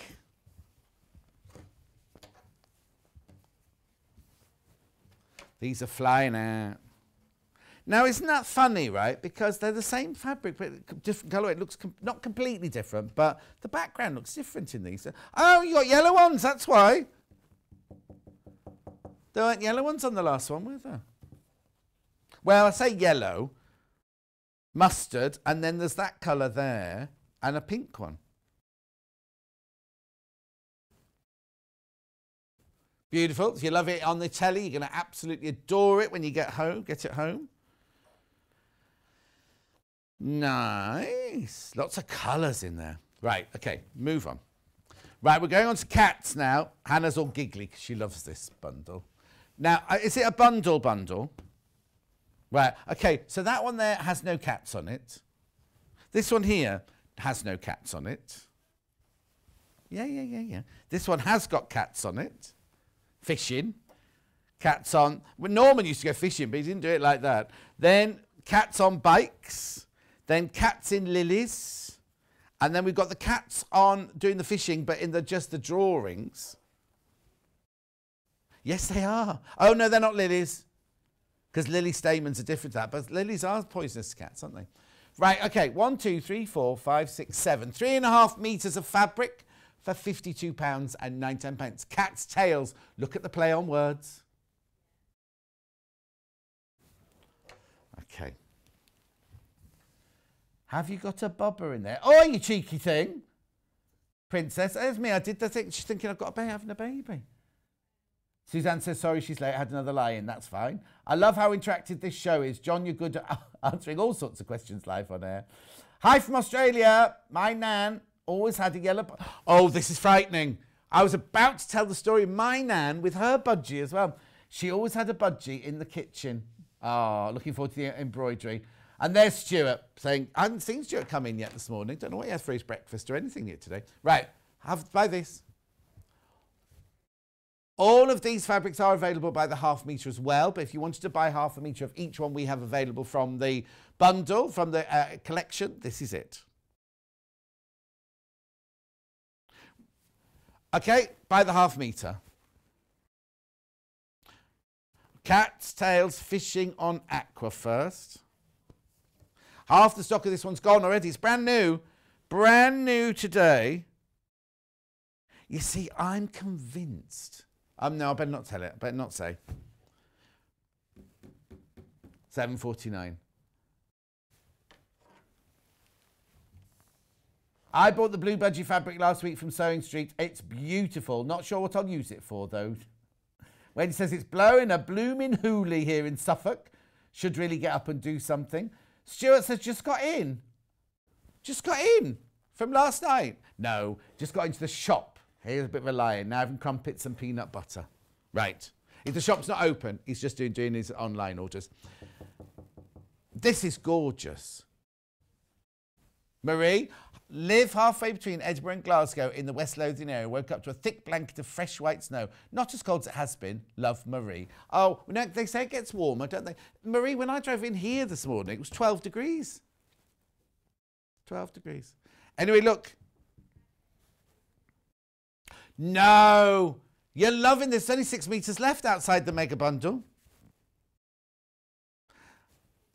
It's raining in Plymouth, apparently.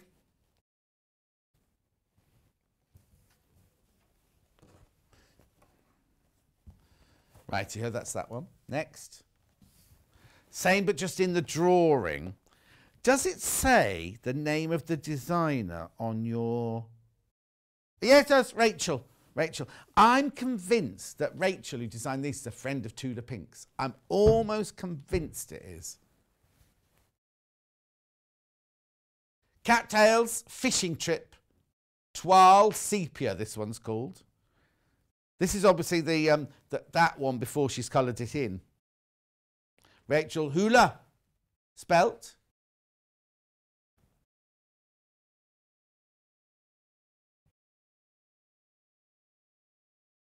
Hauler.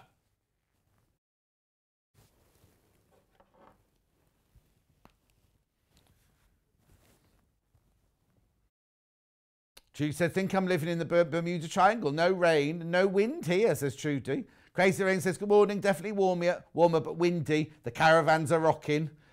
What brand is this? Don't recognise the style at all. It's the Spirit to Create from Free Spirit called Cattails by Rachel Hauler. And I'm convinced I've seen a film of Tula Pink talking about this fabric. I could be wrong. I normally am.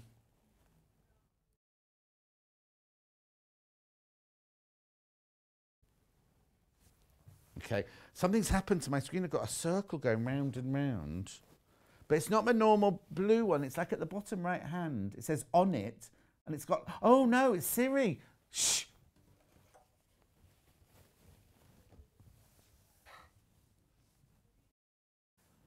Why Siri turned... Oh, it's gone, it's gone, it's gone. Right, next one. Cats on bicycles. Where's the funny one? Where's the... Okay. Oh, look, they're on a tandem.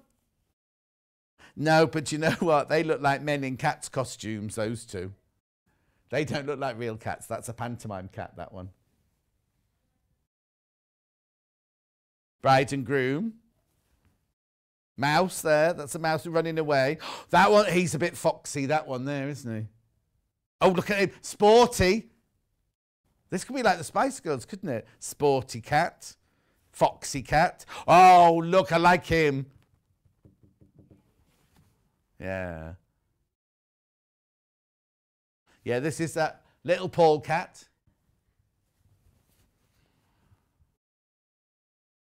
This one's got a fishing line with a fish hanging from its tail.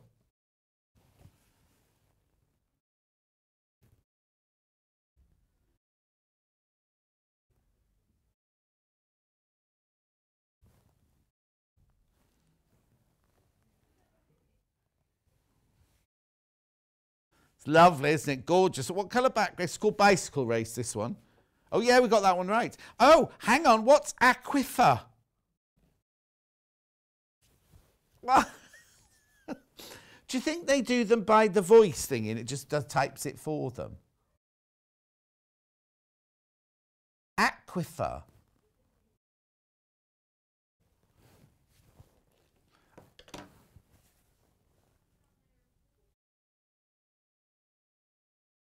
Okay, aquifer is a rock. It's obviously not that, is it? Anyway, let's move on.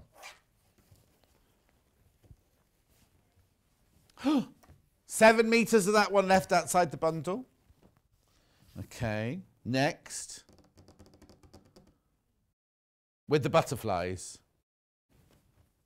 Now, this one hasn't got any cats in it. This one's got butterflies and frogs. No, they haven't done it wrong.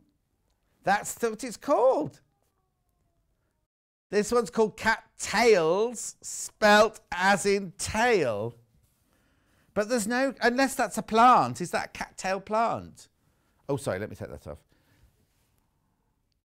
Where are they, though? Because I can only see bulrushes, butterflies. Oh, Hannah's really upset, right? Because all of them have been cat's tails, as in T-A-L-E-S. And she went, there's a spelling mistake on this one, spelling mistake. It's not, that's what it's called. It's aquifer again. Must be a made-up colour, mustn't it? Oh dear, I've got a message. Somebody wants £5,000. Read that, read on there. It's obviously one of those fake. Oh, it's you, Hannah. Yeah. Oh, it's got they've got the bank numbers and everything.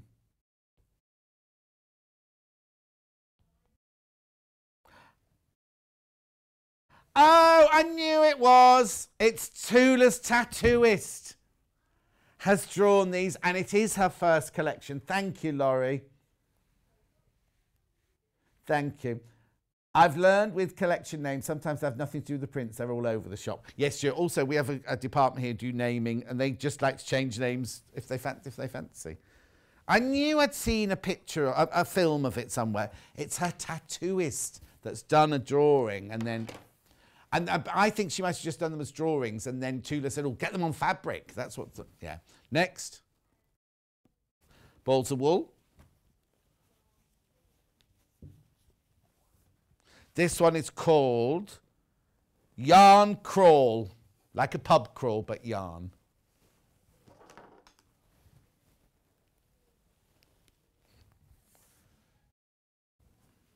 Yeah, Yarn Crawl. We've got kits, a roundup of kits on Yarn Lane today. No guests today, just me, I'm afraid. I know. Oh, here you go. Bulrushes are known as cattails. It all makes sense now. It's like we haven't done any research. Yeah. Anybody'd like Hannah's job, just let me know. You have got to work with me, Hannah says, and that's a trial and tribulation. What would you like next?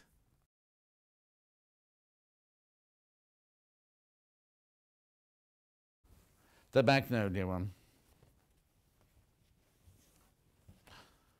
Right, this one is called, just check, Magnolia Garden in Sepia. Got that one right today. I like that. They're just lounging on big flowers, on magnolias.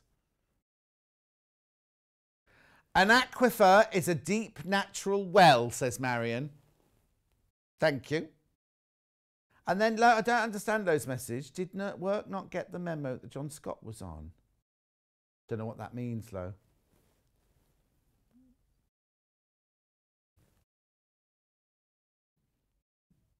I'm definitely on and I'm here.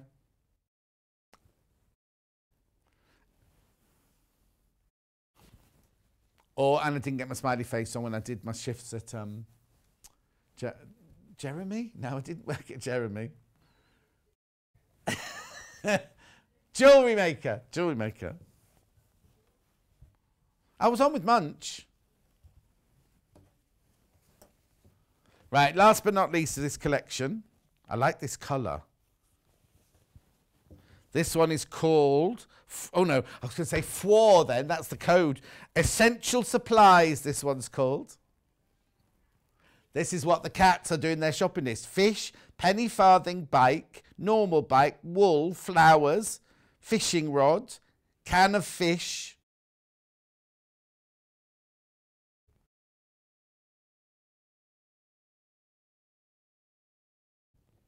Oh, I see what she means, right? People ringing low to make orders. Like the phone keeps ringing. She's trying to watch me, but they haven't told the people who don't complain. No. What colour is it? Oh, okay. Not so sure about charcoal myself. It's nice though, isn't it? It's lovely though. Okay. Right, have a look at the bundle again. Now, some of these are about to sell out outside of the bundle.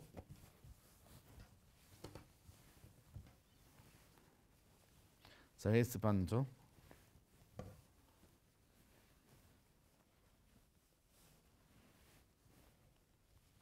There you go. 1, 2, 3, 4, 5, 6, 7, 3.5 metres for £52.99. I'm allergic to cats. I'll have to get antihistamines if I buy this. Don't think it works like that, Viv, but you'll be fine. Hannah is as well. Hannah's allergic to cats. Hannah and Paul, between them, are allergic to everything in the whole wide world. I'm intolerant to lots of foods, but anything in the air, Paul and Hannah will get it. Hmm?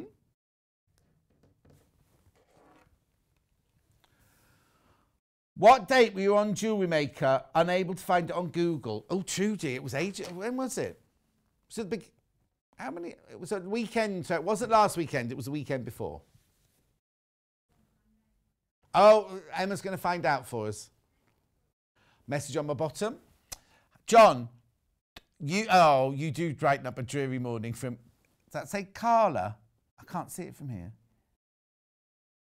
Oh, Carla. Oh, no, Michaela. That's from, remember yesterday it was Michaela, and so she's called Carla.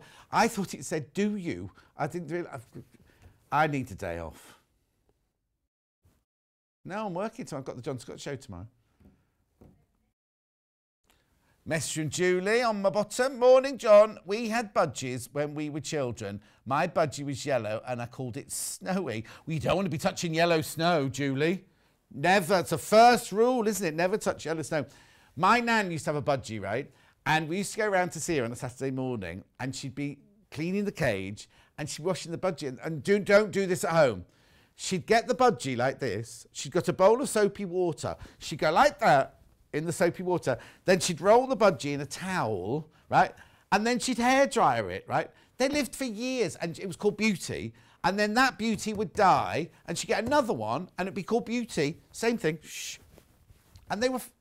But obviously it's cruelty to animals. I don't want you to do it. And this was in the 70s. Might have been the 60s. But anyway.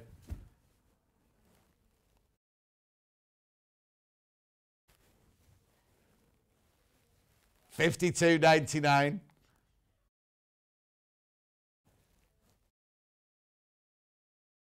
Right, loads in baskets. Let's move on, though. Let's move on. Farmyard. I've got a bundle.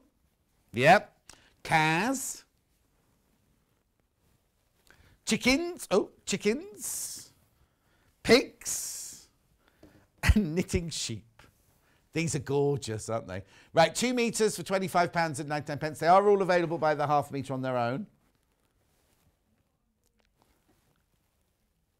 The 8th and the 10th of January at 1 o'clock in the afternoon was when I was on Jewellery Maker. Can you look up old shows of Jewellery Maker on YouTube?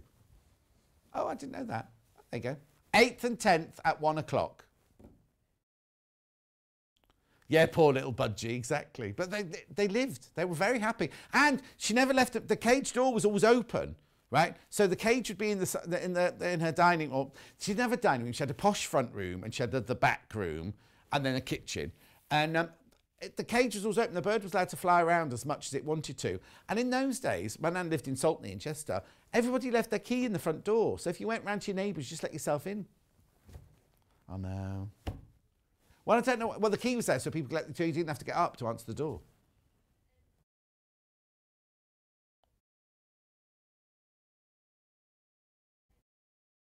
Oh, okay, right. Debs, you can, not in this. When you buy a bundle, you get half a metre of each and that's it. When I show them individually, you can have as much as you like, but we sell in increments of half a metre. So if you want a metre, you put in 2 units. If you want 2 metres, you put in 4 units. We sell in increments of half a metre.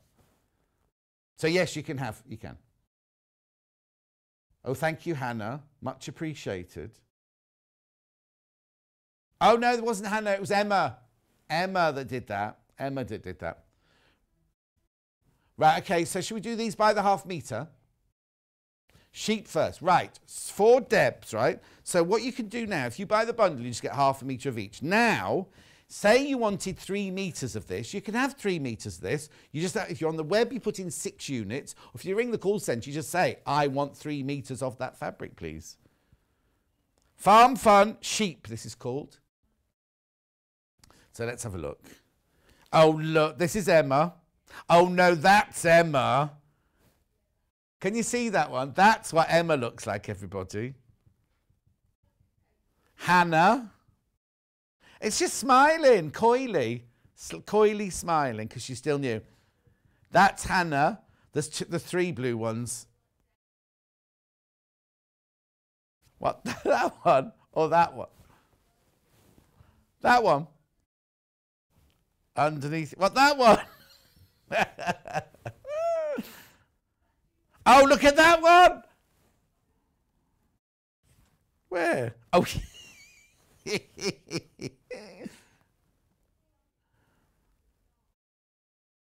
Which one? That, no, it's just it's fleece to one side while it dances. No. Oh, aren't they gorgeous? So how much is it? $6.49 for half a metre. But you can have as much as you want, Debs. It's, you know, you can just want, you can, not just Debs, anybody can have it, but Debs was the one who asked the question. Oh, that one's doing this, that's Bonnie Langford, that one. Oh, sorry, there you go. Doing the splits. Hang on, where is the pattern repeat? There and there. There's the pattern repeat. That's Elliot. He's not in today. Which one? That one? Oh, yeah. Okay, moving on from the sheep. No, we had enough fun with them. Next. Morning, John. Farm animal bundle purchase. Lovely fabric. My desk lamp arrived on Saturday. Tricia in Warwickshire. Well, I'm still waiting for mine to arrive, Tricia. Right. Okay, next. Yeah. Chickens.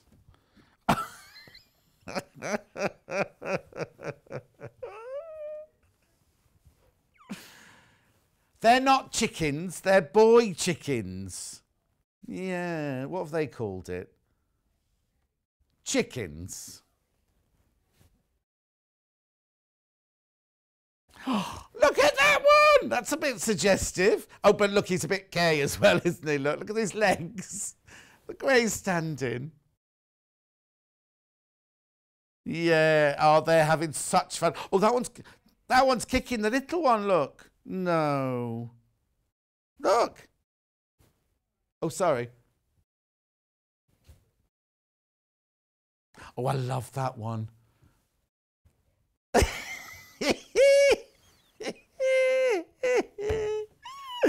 Oh, what are you making out of these? I need to know what you're all making out of these.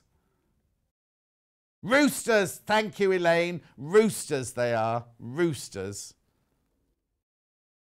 What are you making out of? I wouldn't want to. This is one of those fabrics I'd buy and it would just have to stay in the cupboard. And when I was feeling a bit depressed, I'd just get it out and just laugh with it. Not at it, with it. Look at that one inside the hen house. Gooey. Oh, and that one.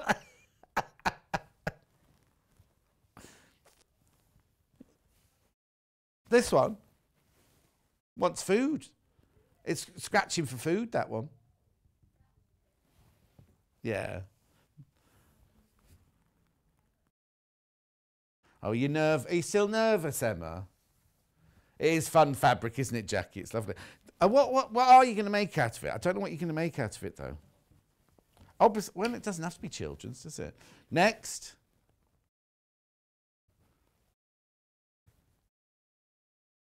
Kaz.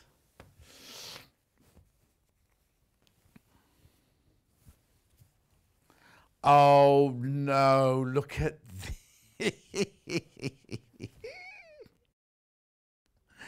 I love they haven't given, this is just Farm Fun cows.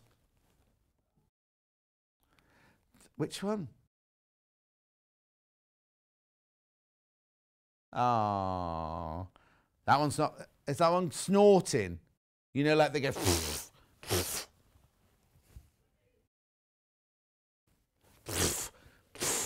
when they snort like that.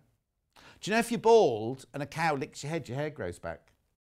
I'm not a doctor, I can't guarantee it, but that's what we used to say in the countryside. Yeah, that's why little Paul goes walking to the cow fields. Now they're all lady... Oh, hang on, am I wrong here? Is it only lady cows that have udders? Yeah. I'm not a farmer. Yeah, he doesn't operate on many cows.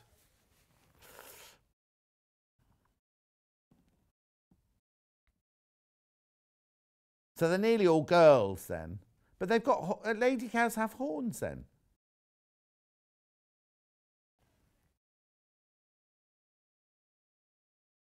Yeah, this might not be a still life.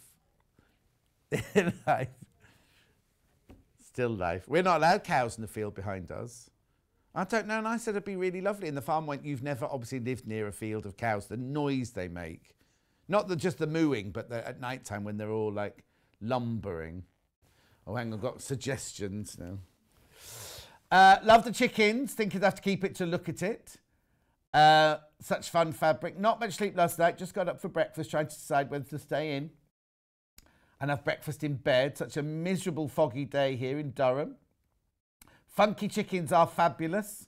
You can make a basket to keep your eggs in. Kids' pyjamas. I'm going to ask our local farmer to let... Oh, hang on. That sounds a bit suggestive. I'm going to let our local farmer... No, let me start that again. I'm going to ask our local farmer to let her bull lick Gary's head. That's from Rachel. Yes, John, inlay. Don't know what that's an answer to, June. Lovely cows. Remind me I've got to get some milk this morning. Oh, don't talk to Hannah about milk. No. Inlay. I wonder what June means. John, inlay. Anyway. That's gorgeous, isn't it? Is it what? Oh, we've moved on to, oh, that could be the ones that have laying their eggs inside the chicken house. We've moved on, June, to these are cows.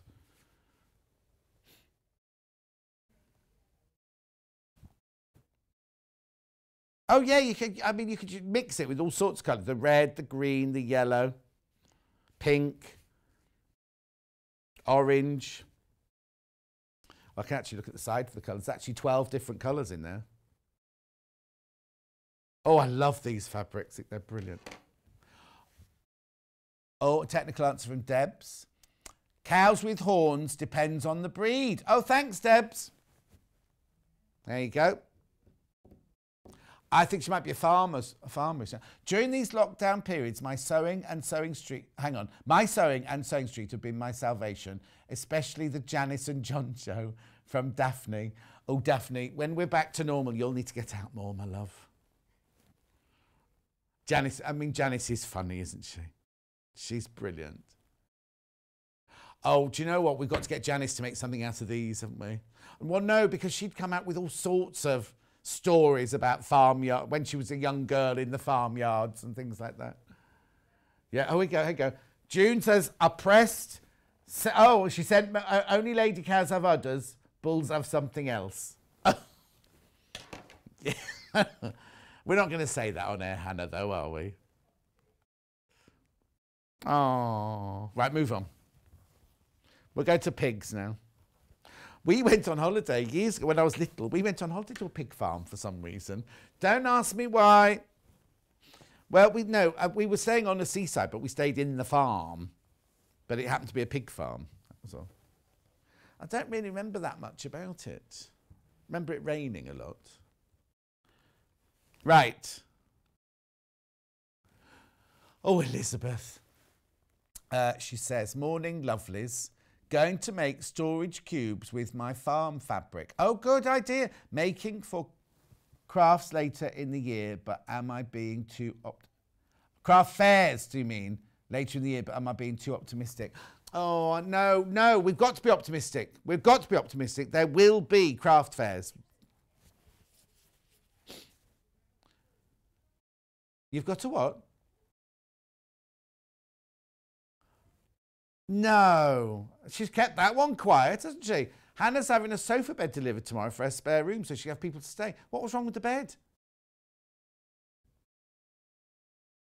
She's definitely now not going to get another lodger, is she? That's put a kibosh on a new lodger. No, I know you don't like living with people, but you do realise that if you get short of money, you're going to have to move into the one with the sofa bed and you're going to have to let out your bedroom. Well, that or eviction, one of the two. Right, hang on. Would be a good baby quilt. Hang on. Could be such a good baby quilt cut out as big 10-inch squares with all those farmyard animals. Good idea, says Lorraine. That's a great idea, says Barbara. Oh, bless the piggies, they're so cute. Well, this one's got a monocle. There. Oh, is he winking? He's winking.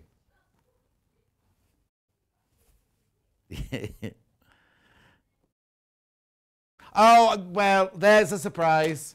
The mega bundle of the animal farmyard fabrics are sold out. So you can still buy the fabrics by the half metre, but the mega bundle's sold out. Okay, we're not getting as much reaction from the pigs.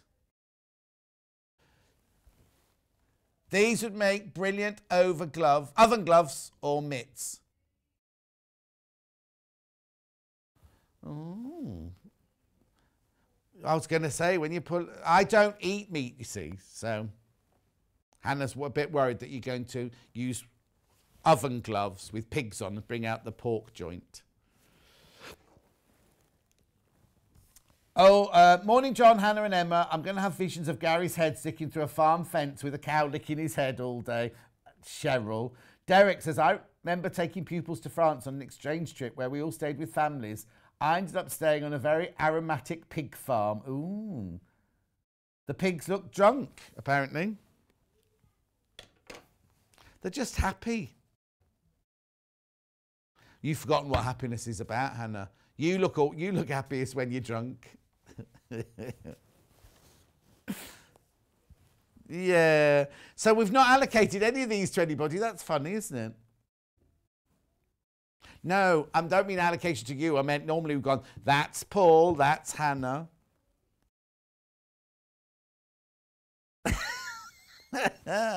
Okay, so this is me apparently. Presenting, showing off my belly. Well, Hannah's has to have big food. There, that's Hannah. That one there. Oh, hang on, where are you? That's Hannah. Which one? What, that one? Oh, that one. How funny. I'm sure pigs don't sit like any of those. I'm going to make a handbag. When I'm out to lunch with my friends, I can give them all a laugh. Eventually, she's put in brackets. Oh, my word. Carol says, morning, John. What is the email address to send photos? We have a photo of our pet pig. Oh, Carol, I'll show you now. It is studio@sewingstreet.com. Studio@sewingstreet.com. Oh, you see, I've always wanted... I wanted mini... Because you can get mini pigs, can't you? I wanted mini pigs. And then I heard you can get mini... They're not called mini, are they? Micro pigs, right? And then I heard that farmers were selling off little pigs. Some farmers were selling off little pigs that are saying they're micro pigs, but they grew into normal size pigs. And then I heard that you can get micro hippopotamuses. And I just thought I was going to turn the whole of my garden into a water garden and have little mini hippopotamuses living in the garden, right? And then someone told me how they go to the toilet. And I was like, I'm not having them in my garden. Am I allowed to say? It's not rude. It's not rude. Don't worry. Don't worry. So when they go to the toilet, right, they spin their tail, so like propagating their... Oh, Hannah says she does the same. I don't know. Anyway, let's move on. I had a pet pig as a child called Bobo. We used to keep pigs. Oh, no. My dad used to tell me they died of a kidney infection. No, but they were on the Christmas dinner table. Oh, I didn't know that. Philip says, I had sheep fabric in a different colourway and made a knitting needle storage roll. I don't even knit, but the fabric was perfect for it. Loving the pig fabric would be good as pillowcases for your bed. Lovely. Which one are we going back to, sorry? Oh, sheep sold out. Bundles sold out now. Sheep sold out. Chickens next. Is that what you said? Chickens. Sorry. Chickens will sell out. Oh, have we got a picture of the pet pig yet? Chicken fabric would be great with a sectional bread basket to collect the eggs. Lynn from Herefordshire. Oh, it would. Yeah, like the I know what you mean. The one with sections in that made of not wicker. Is it called wicker? Like woven straw thing. Look at us. We're so countrified, aren't we? We really know what we're talking about. I'd say the waving one is you, John Scott. Thank you, Christine. That's already been said. Can't wait for my sewing machine to arrive later. Thank you for letting me know on Sunday. Oh, that's Lucy. It's been delivered already. How brilliant. No pig photo yet, but never mind. Oh, thank you. Lots of people saying they loved my demonstration yesterday. Thank you for that.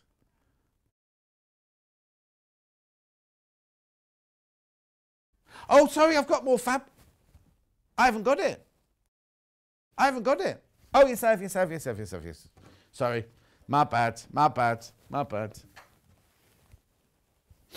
These would be very small.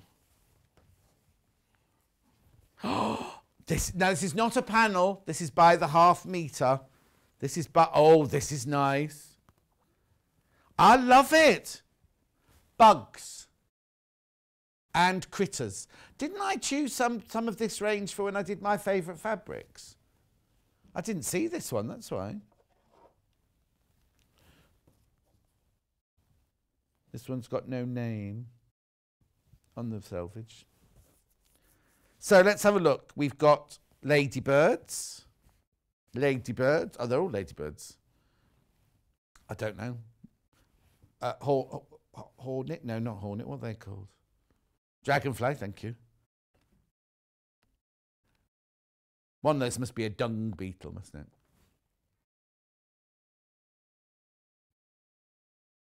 Oh, has it got a child on it? Okay, Carol, we've got the picture of the pig, but we have to have permission. You just have to send another email saying I give permission to show it, because there's a child on the photograph. We can't show it without saying we have permission to show the picture of the child. When I was in South Africa, right, on the first or second day there, my whole costume department was based in a farmyard. Well, it wasn't a farmyard because it was a flower farm. So all they did was grow flowers. It was incredible. But there was this great big brightly coloured centipede thing, and I went like this to pick it up, and the man who owned the farm went, don't pick it up, John, don't pick it up. Apparently I'd have been sent home on my second day, maybe in a box, because it was highly poisonous, but it was because it was so brightly coloured I wanted to pick it up. So from then on, I don't pick up brightly coloured things anymore.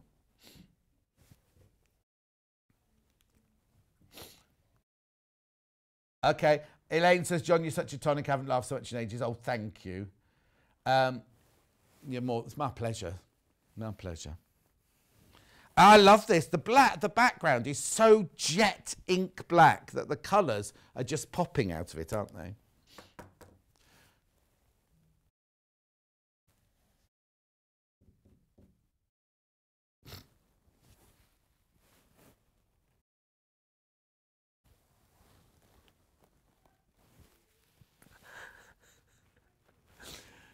I'm sorry I'm laughing. Hannah is trying to find a picture of her with a pig.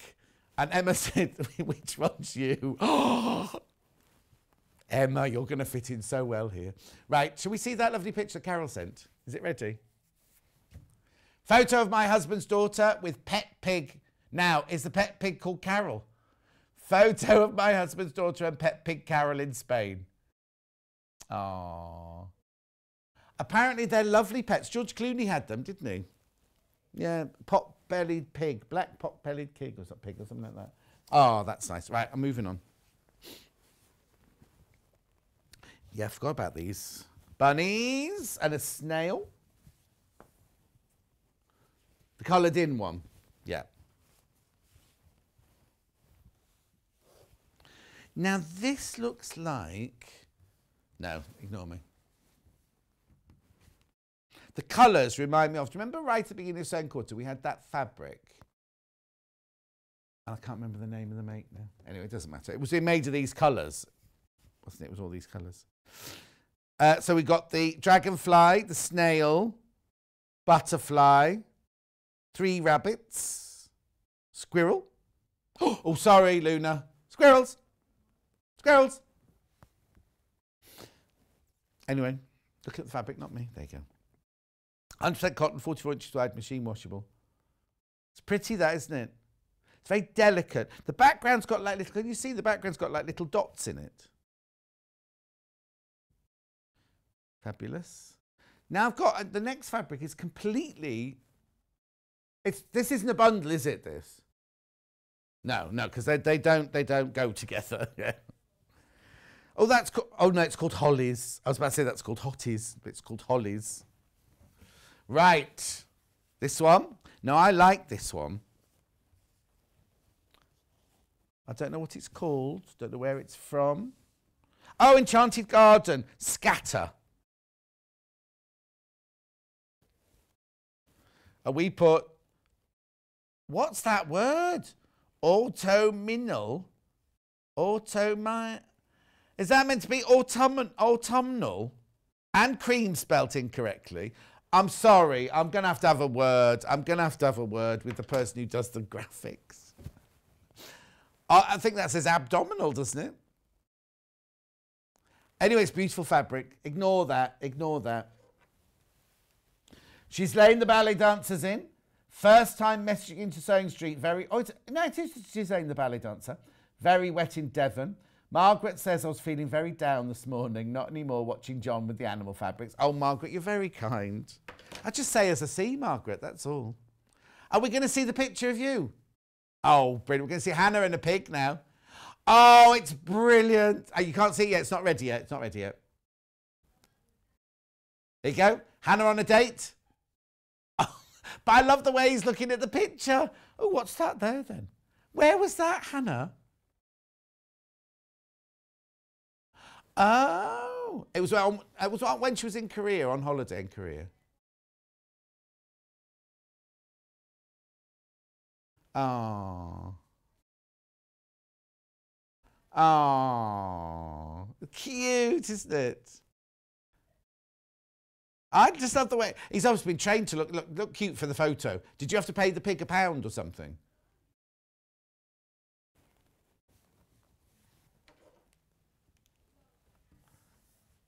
Lorraine says, oh, that's really funny, Hannah. Stuart loves the garden one. Do you mean this one, Stuart? Love Hannah and the pig, says Susan. She says, don't call her boyfriend that, Susan. What am I looking at? Oh, yeah. I'm ever so sorry about the writing in those graphics. So that means it's to do with the car, doesn't it?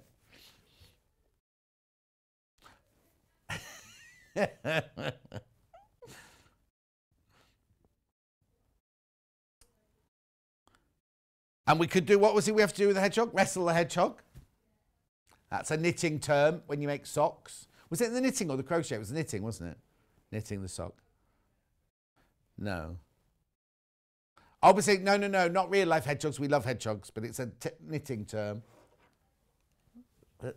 When I was younger, says Diane, in the late 1950s, we used to go to Studley Castle. That's a posh hotel now. Oh, yes, she said now a huge hotel. It was a ladies' agricultural college. They used to hold open days, and the pig barn used to fascinate me, as in the pens were sows giving birth or with piglets a few days old. Oh, wow.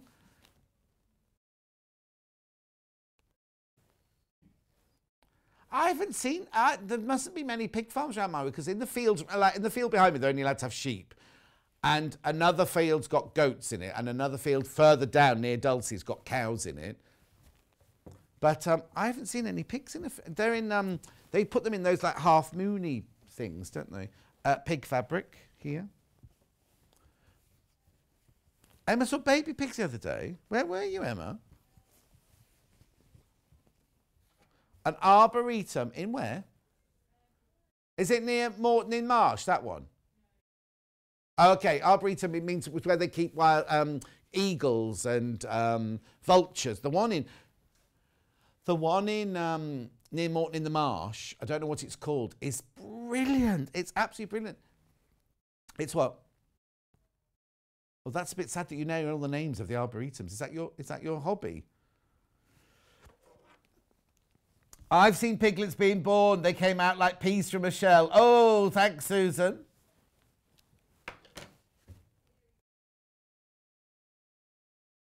Oh, Hillary. Who says it? Hillary. Hillary said, Hannah, you look beautiful in the picture with your piggy little friend. You haven't seen her today, Hillary. That was her saying that, not me. The pig in Spain, one called Carol. Oh, it's called Princess Cake. Oh, Katie, Princess Katie, and it was from Carol.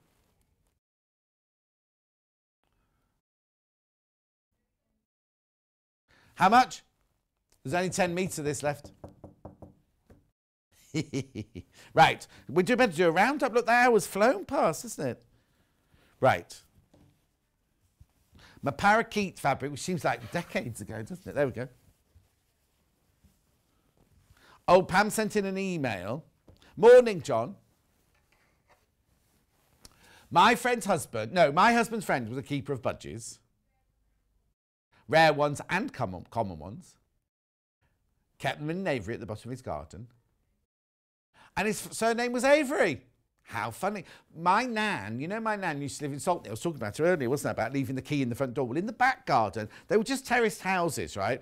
But they had really, really, really like 200-yard gardens, right, going right down. And I used to love Mum and Nan and Granddad's garden. But anyway, the house next door, Mike the policeman, he had an aviary with hundreds of all different coloured not where she got her budgies from. Hundreds of budgies and canaries and everything like that. It was just incredible to watch. I'd sit like that, looking over my nan's fence at all the beautiful colours of the budgies. And my nan had rhubarb at the bottom of the garden. We used to go down with a bowl of sugar and eat raw rhubarb. But I've been told since it's poisonous, isn't it? Or is it the leaves that are poisonous? But anyway, we used to sit at the bottom of the garden with a bowl of sugar and dipping. No wonder I've got bad eating habits. Troubles with my sugar levels and things. Anyway, we'll not go there. So this is a bundle, is it, for $14.99?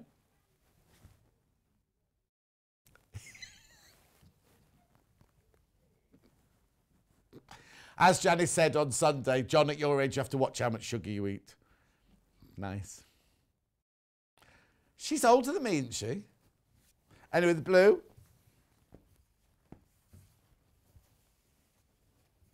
I have to watch it. We've got loads to get out for the next hour.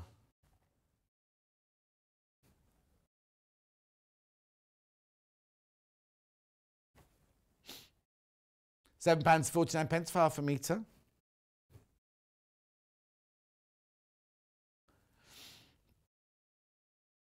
Dina Designs, Parakeet.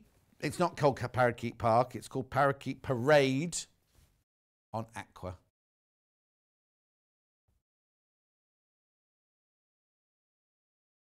Oh, Janet said about, no, oh, here you go.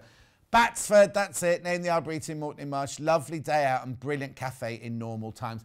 Yeah, isn't it? I just think it's brilliant because when I went to see it, I bought it for a friend because you can buy to have the eagles on your arms and take them into the field. But they got the vultures out the cages and they just let the vultures fly off. And you're like, they're not going to come back. And they went, yeah, they know which side their bread's buttered. So they go flying round and then circle and circle and circle and then come back in for their tea and things. Oh, yeah, there's them at Warwick Castle as well. But not quite as, that's just men in leather with them on their arm like that, isn't it? Oh, Hannah's ears pricked up then. Oh, pink one. And then we'll go for a break.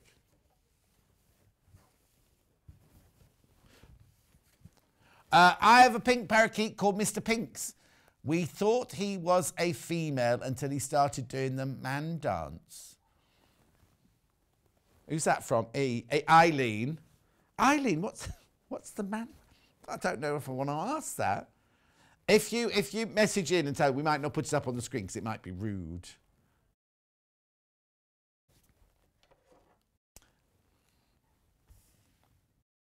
Stuart said that was a fun hour, laugh lots. Thank you, Stuart. Right, come on, let's go for a break because we've got lots to set up. Jules Mayouf is back after the break. We are doing embroidery, and if you've not really done any embroidery, we've got some fantastic books. And the books, most of the books have got money off. Jules is going to show you stitches. Well, I'll let her tell you when she gets here. But we've got a light box and a light and a magnifying glass and all sorts of things like that. We'll see. It might be a bit longer than 3 minutes. We'll see you in 3 and a bit minutes from now.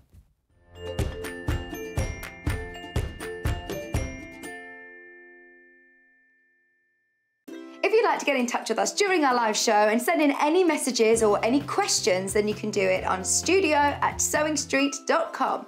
Alternatively, you can message us on our official Facebook page.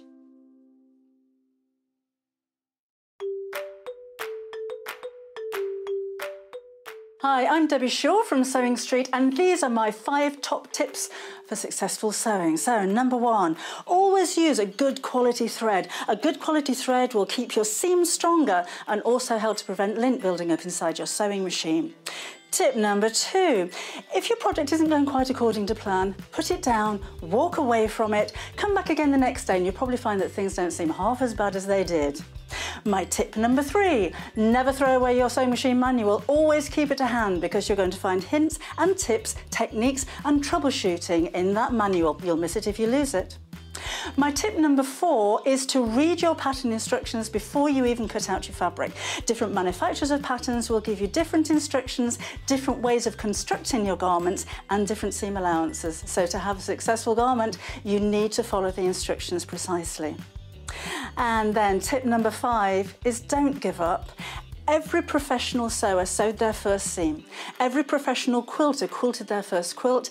Every professional quilter sewed their first line of wonky stitches and had to get out the quick and pick. That's no different to you. So I hope you find these useful. We'll see you soon.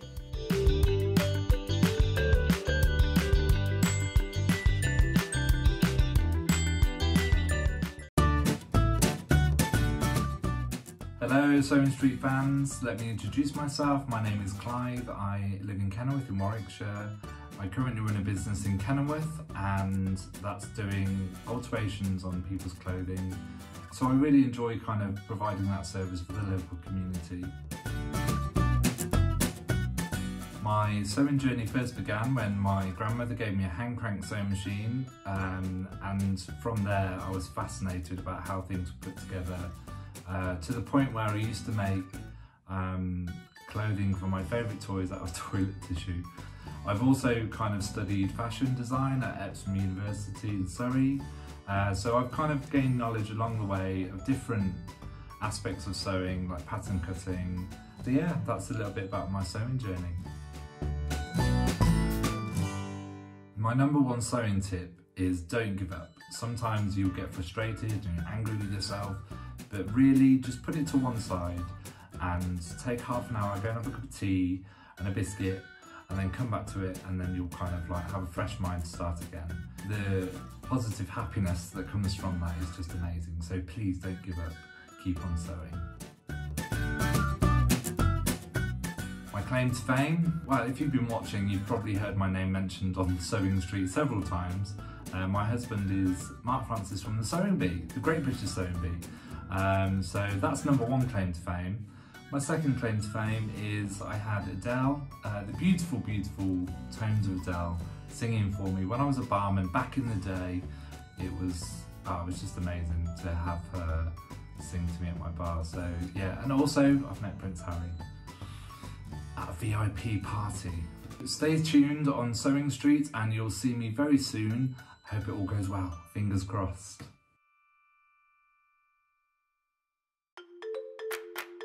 Follow Sewing Street and Yarn Lane on Facebook and Instagram to keep up to date with what's coming up on the show, as well as being the first to know about our amazing offers. Get involved with our competitions that are exclusive to social media. And pick up some top tips from us too.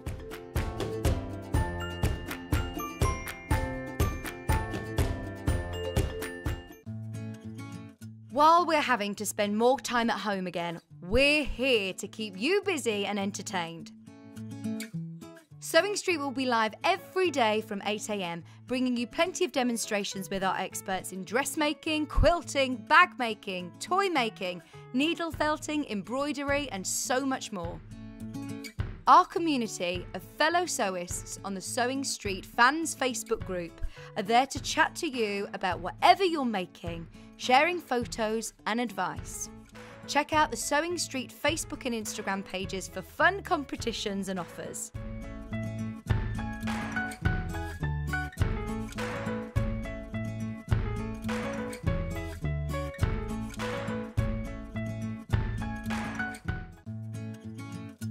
Stuck for ideas for the perfect gift? Why not get them a gift card? You can buy Sewing Street and Yarn Lane gift cards loaded up with anything from £10 to £500. Shop our gift cards online at www.sewingstreet.com or www.yarnlane.com, or purchase them via our UK call centre on 0800 001 44 33.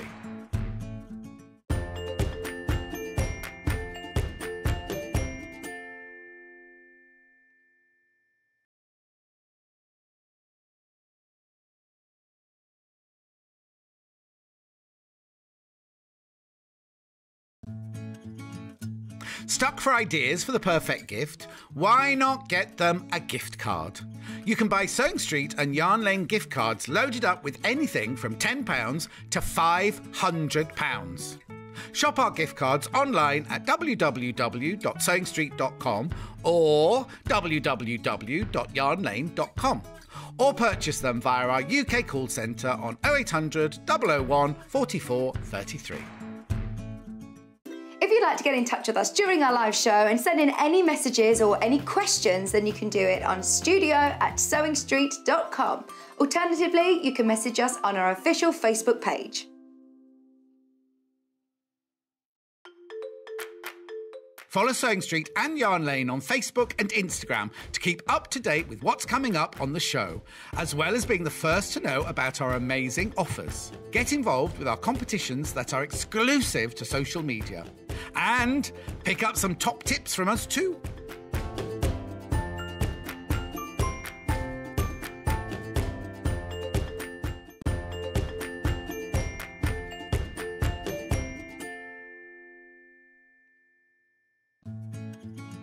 While we're having to spend more time at home again, we're here to keep you busy and entertained.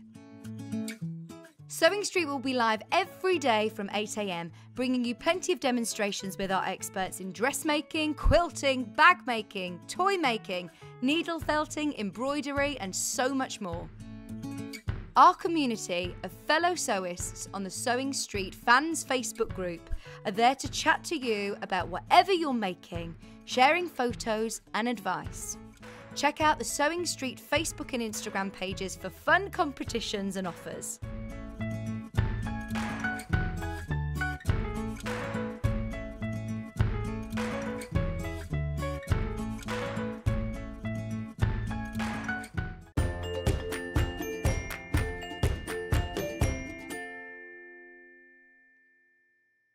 Before we start chatting and doing any embroidery, I want you to see this book. Just this, look at this book. It's a beautiful book. It's like a coffee table book, really. I've just sanitised my hands here, but look. This book of embroidery from Search Press. Now, it should be £25. That's what we normally sell it at. And we sell it at that Sewing Quarter, and that's how much it costs, right? Wait till you see these graphics. Wait till you see these graphics. Look. I don't know why. I've no idea why, because it doesn't say anything in the graphics. Oh, okay. So, it's the Book of Embroidery from the Royal School of Needlework. Now, each section is done by a very, very well-respected... look at all of it. Look at the ingredients, the contents. It's just got so much gorgeousness in here. It covers loads and loads of basic framing up, using a frame, transferring a design, positioning the design, mounting the embroidery, everything you need to know. Then, starting to stitch, outline stitches, surface stitches, excuse me. And then we get on to, so the crewel work here, they've got Jackie MacDonald to write a piece at the front there. And then each section is done by a different, but look at this, it's just exquisite. So everything you need to know about crewel work. This is all still crewel work, look. Stitch finder, filling stitches, trellis stitch. I mean, it's just incredible. Such close-ups of the stitches and how to do them, the finished effect and everything like that. They're just gorgeous. So you go on, I'm going to move on because that's all to do with crewel work there. Then we move on to, is this still crewel work? Oh, it is. Oh, yes, it is. Look, because the pages change colour when you go into a different section. So then we move on to, oh, look. At £25, this would be a good price anyway at £25. Right, then we move on to canvas work. Rachel Doyle talks about the canvas work. And then there's a whole section there, all the lilac pages. Are all your canvas work. Then we move on to black work by Becky Hogg. And all of the lemon sections are Becky's Hogg's for black work. Look. It's incredible, isn't it? Then we're moving on to silk shading by Sarah Homfray. Look.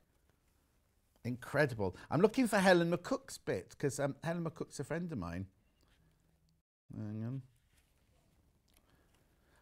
I'm not surprised at those people going through for this book. Hang on, am I still on there? Yes, hang on, let's go to the next section. There you go, gold work, Helen McCook. Look at this. Look at this, it's beautiful, isn't it? All these people, oh, well, I think they all went to, hang on, look, the Royal School of Needlework. I think they all trained at the Royal School of Needlework, or they teach at the Royal School of Needlework. Look.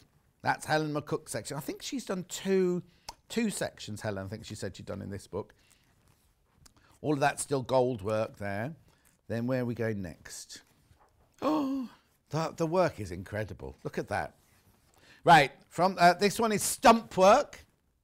Stump Work by Kate Sinton.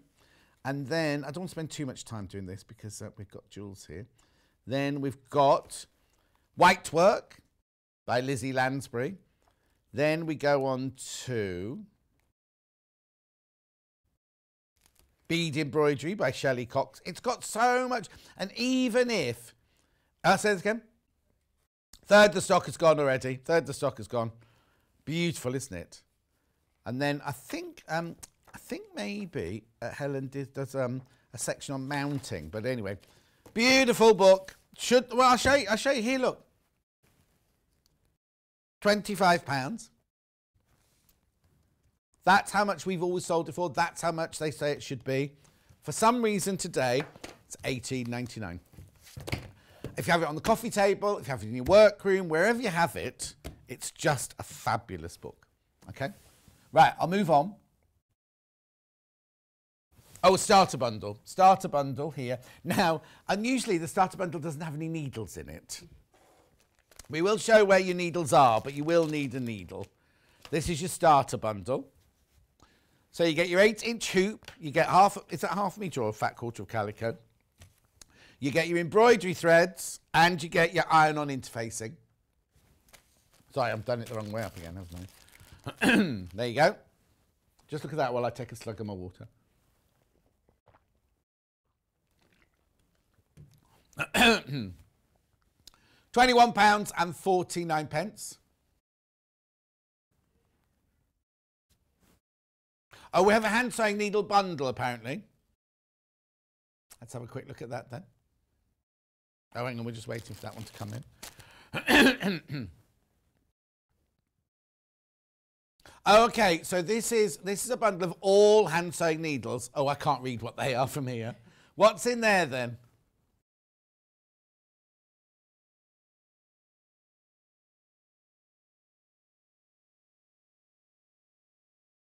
Hang on, we're just looking, waiting for it to get clearer. Betweens, chenille,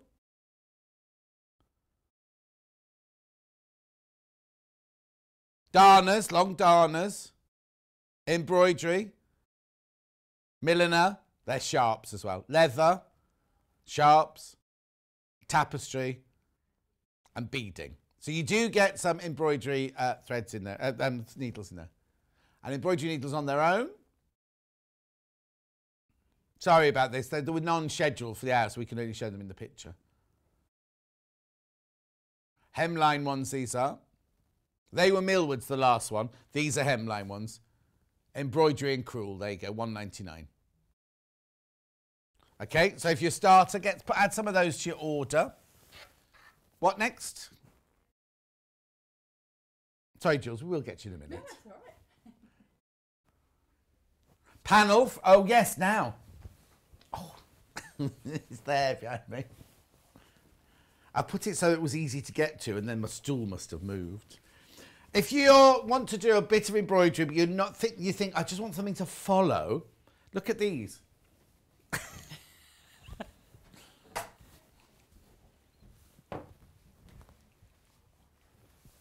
So when I make with my hands, I give with my heart. That's one of the panels there. Then we got Make, Do and Mend. That's the one that Hannah's got at home. She's doing it now. And Stitch Your Stress Away. That's the one little Paul's got. Not working for little Paul. And that's your... Oh, it's...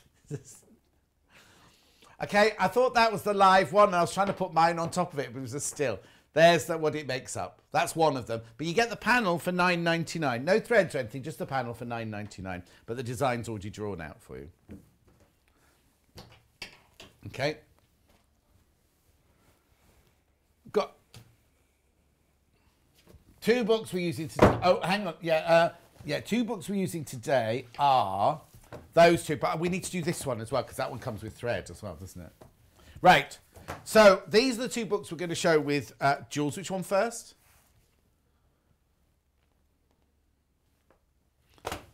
Botanical Embroidery with templates in it. Okay, so this is normally £19.99 and there's nothing written on the graphics, but today it's £14.99. Now, I don't know if it's £14.99 forever, or whether it's just a special show and we've reduced it. There's nothing in the graphics. Normally it says today's price or whatever. £14.99, so you get £5 off that. And there are iron-on... You've opened that one, haven't you? So you can see inside that one when we get to Jules in a minute. Okay. Then we've got this book. Simply Stitching with Embroidery. Create artful motifs for purses and more by YH. This is normally £19.49, so £4.50 off that. Yeah, £4.50 off that one.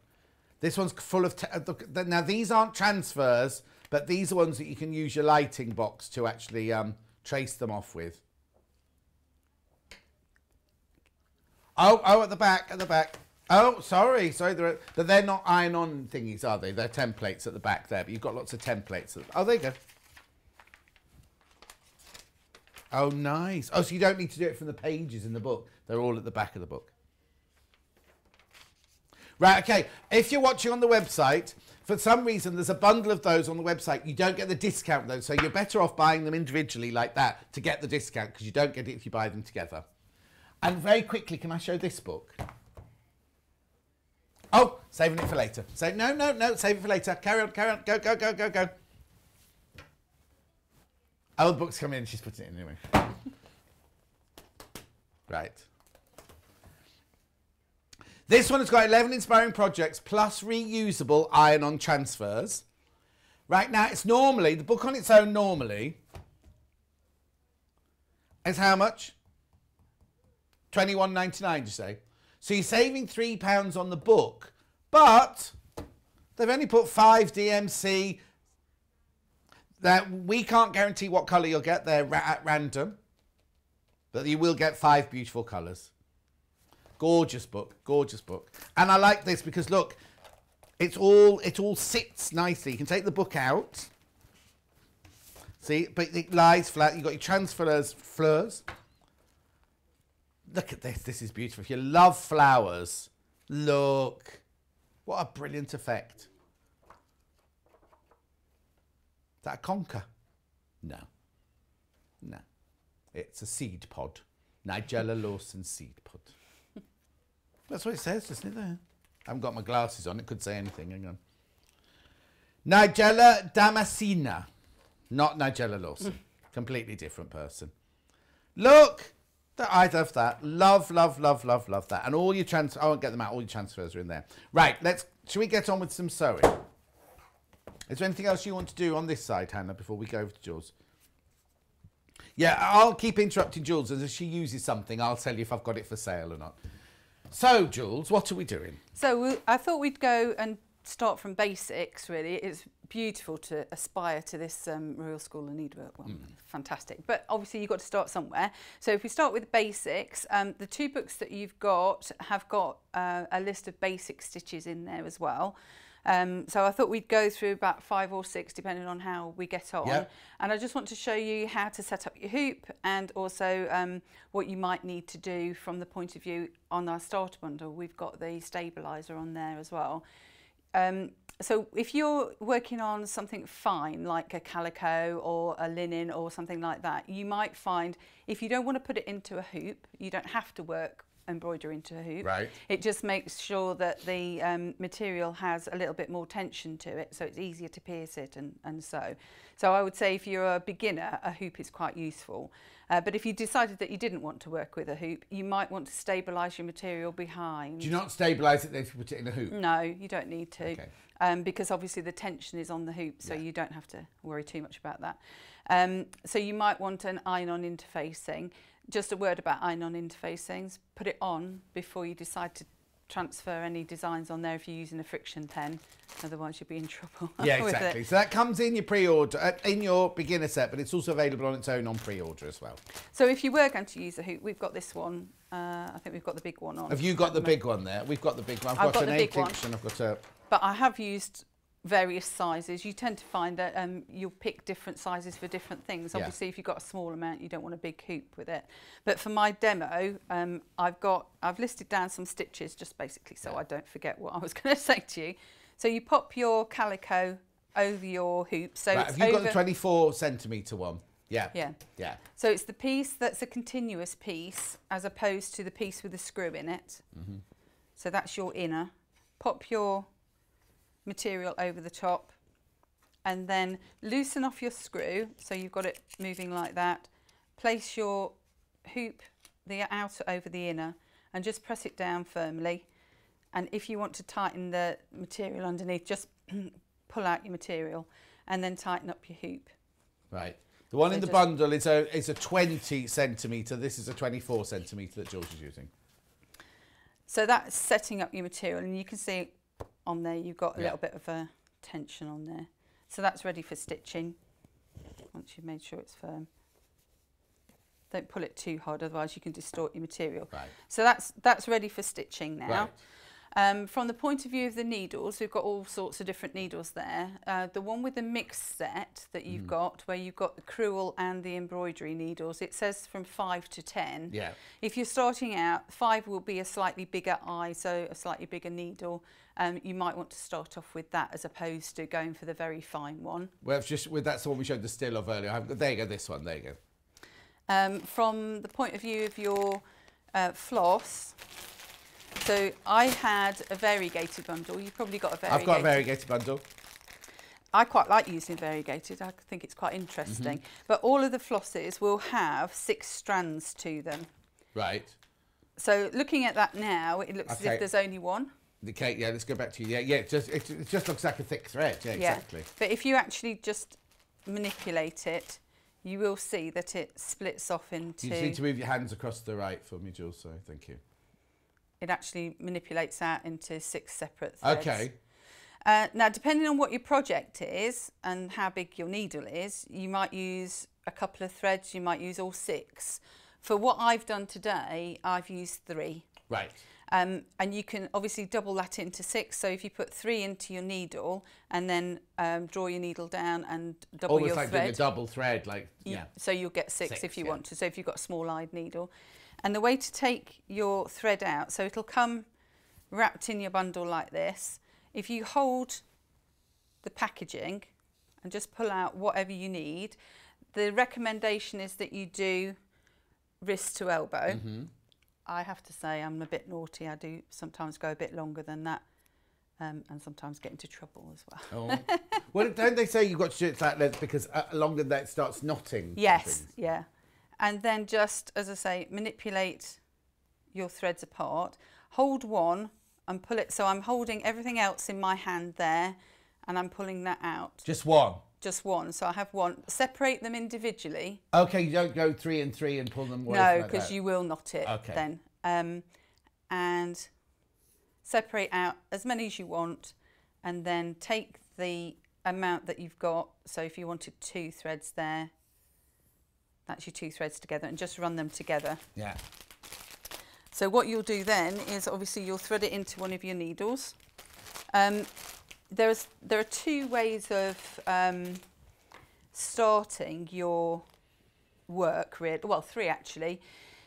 Knotting the end. You can either just knot the end like you would normally do on your regular sewing, or you can do an embroidery knot, which is where you get both ends. So I've got the both ends here and my loop down here. Yeah. Take the 2 ends together and thread your needle. So I've got 4 threads going through there. Right. And I've got my loop there. So what you'll then do to start it off, if you go up through your work and down again. So this is the right side of my work, let's imagine. Yeah. And then going back down to the wrong side of my work. I've got my little loop here. So if I just pop that over my needle Right. and then carry on pulling my needle through, I've now got a nice flat knot on there, and I've got 4 strands to be embroidering with. Right. So you just carry on doing your Oh, okay. embroidery that way. Or, as I say, you can knot it, or the other way that you can do it is to just start off and leave a little tail and sew over the tail. So it just depends on Yeah. what you're working on as to how flat you might want it to be in the end. Yeah.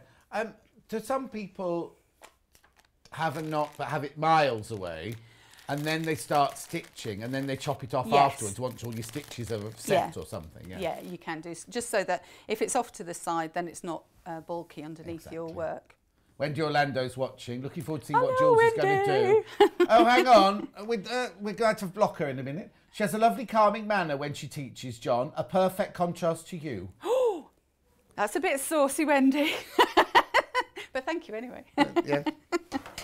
All right, so that's got you set up with your needle and with your material, with your calico in your hoop. So the next thing is to decide whether you're going to have a pattern on there or not. So in the botanical, you have got at the back, obviously the projects are in here, which I know John couldn't show you because it's Mine's all, sealed. Yeah, it's mine's all a sealed sealed one. up. Oh, just move to your right a bit more. Sorry, Jules. Sorry. That's it. That's it. So those are the sort of projects, and it gives you all of these little patterns, but don't worry about having to transfer any of those on with your light box, because you have got sheets of iron on, and these will you probably last 6 or 7 times. Maybe it just depends on how careful you are. So what you would do, if you're only doing a single one and you don't want to inadvertently iron anything else, just cut that one out, place it flat side onto your calico, so you'd have your material underneath on your pressing mat, obviously. Yeah. Centre where you're going to put your design, iron it gently on top until it starts to transfer through. Don't move your top until you've made sure that it's where it's supposed to be, and just gently let it kind of heat up and transfer onto your calico. And then you're all sorted, you're all set up to do. Don't use a squidgy ironing board, because you'll find the squidgier the ironing board, the posher the ironing board, the worse it is. If you've got one of those posh Brabantia ironing boards like I have, they hardly work on there. Best thing to do is get your wooden chopping board from the kitchen, put a tea towel over it so it's absolutely solid like this, then put your iron down in it, because you've then got a solid, even surface, and have your iron as hot as you possibly can. Wendy Orlando's upset because she didn't mean me, she meant herself. She's the one that's not very calm. Oh, bless. So this is one of the transfers from the botanical book that I've just sewn with the variable threads on there, just to give you an idea as to kind of how it comes out. Yeah. Okay. If you have a design that is not a transfer, maybe you've drawn a design, or maybe you've seen one in one of the other books. So on your second book, you've got lots of stitching, simply stitch with embroidery. You've got lots of patterns in here. Now, obviously, I don't want to rip those out, but I'll show you how to transfer a design like that. If you have a light box, you can use your window frame. Yeah. Okay. You can use your window frame. Yes, but I always think if you're up get at an arm ache. angle like that, your arms hurt after a little while, don't It they? is possible, but it's hard work to do it. So what I've done is I've just quickly copied a couple of the transfers in there. Yeah. So suppose you've got your design on there. And you could photocopy them from the book, couldn't you? Rather than draw it, you could just photocopy it. Yeah, of course you can. And then what you want is, obviously, you want your light box on. You can put some masking tape down if you want to just be sure. If it's a big design, you might want to do that. And then get your calico on the top, and you can see, you actually can see the design through the calico. Can you? Yes. You can just see it on there. And then take your, I've got a friction pen here. I quite like the friction pens because they're designed for material, aren't they? Yes. And they don't drag, but just gently ease it around, really. It's the Pure Light Ultra Thin A4 LED light box. This is the smaller one that we do. I quite like this small one. Yeah, it's A4, lightweight, USB, 1450 lumen, 50,000 hours the lighter. You can 3 different settings, and it's energy saving. Oh, we like that. The only A4 one we do at the moment. Yeah, I think it's really useful, especially with these patterns. Yeah. Right. So that cat is from Simply Stitched. Yeah. Yeah. I quite like. She's got some quirky designs in there. It's very of her genre, really. So it's a bit more unusual than the ones that you'll find in the botanic book. So you've got a real contrast on there. Yeah. There we go. So he looks very surprised. But yeah, it's as It's as simple as that. To just transfer it, and then that gives you the outline to do whatever stitches you're going to do on it. All right. Perfect. Yeah. So shall we get to some stitches Yes, then? please.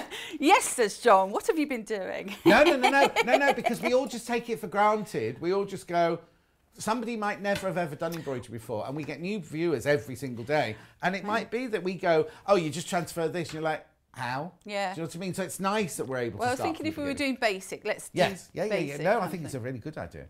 Right, so I've got lots of threaded pieces on here. Your initial stitches that you want to be doing are probably outline stitches and sort of fairly basic stitches. The first one that I'm going to show you is the running stitch, which you may well have done on lots of other stuff, but I think go through it. And what I've done here, this is the way that you'll see it quite often in one of your stitching books. So you'll see a diagram, a photograph of the stitches, and you'll have something like 1, 2, 3 or ABC written on the diagram. And it means that it's the order that you put the stitches in. So for example, on the running stitch, we're going to start at 1, which is here. And this stitch travels, now I'm right-handed. Right. So this stitch for me travels from right to left. Yeah. If you're left-handed, the stitch will travel from left to right. Right. And by travelling, what I mean is just the way that you're making but it your looks line. the same in the end, doesn't it? It doesn't Absolutely the same, absolutely the same. So you come up at 1 and down at 2. And if you're doing this for the first time, you might be a little bit concerned that you're going through the back of the other piece of fabric or whatever. So you want to be more accurate. So you might just do it as an up and down stitch. Right. So again, we go up at this end of the stitch and down at that end of the stitch. When you get a little bit more confident, you'll come up at 1 stitch and you'll go down at the next stitch as you would normally imagine. But then what you'll do is you'll feed your needle up to start the next stitch. Right. And that just makes you a little bit quicker. Now, those ones you're doing are quite big, aren't they? Yeah, I'm doing them this size so that you'll be able to see them. Yeah. So when you do, they normally say do it the size of grain of rice. They sort of say. Yeah. So don't they? basically, if I go underneath and show you what the normal size would be, I'd go approximately like that. Yeah. So you'd have a little row. And to start off with, if you're practicing stitches, you may well want to just draw a line so it keeps you straight. But let's see if we can be clever. I don't know if I can do it with my left hand. Forgive me, all left-handed viewers. So up at whatever it is, 1 we'll say. Lulu says, I love embroidery. I learnt how to do this when I was very young. My mum taught me. Thank you for the demonstration today. Oh, bless you.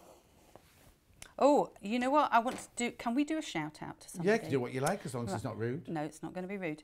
A shout out to Adele Go Coward's down there. Talk down there. Talk down the main camera. Adele Coward's daughter. I'm sorry I don't know your name, but you've had a couple of photographs on Facebook and they're Facebook Live. They're brilliant. On the Facebook fan page. Facebook fan page. Yeah. Brilliant. Well done.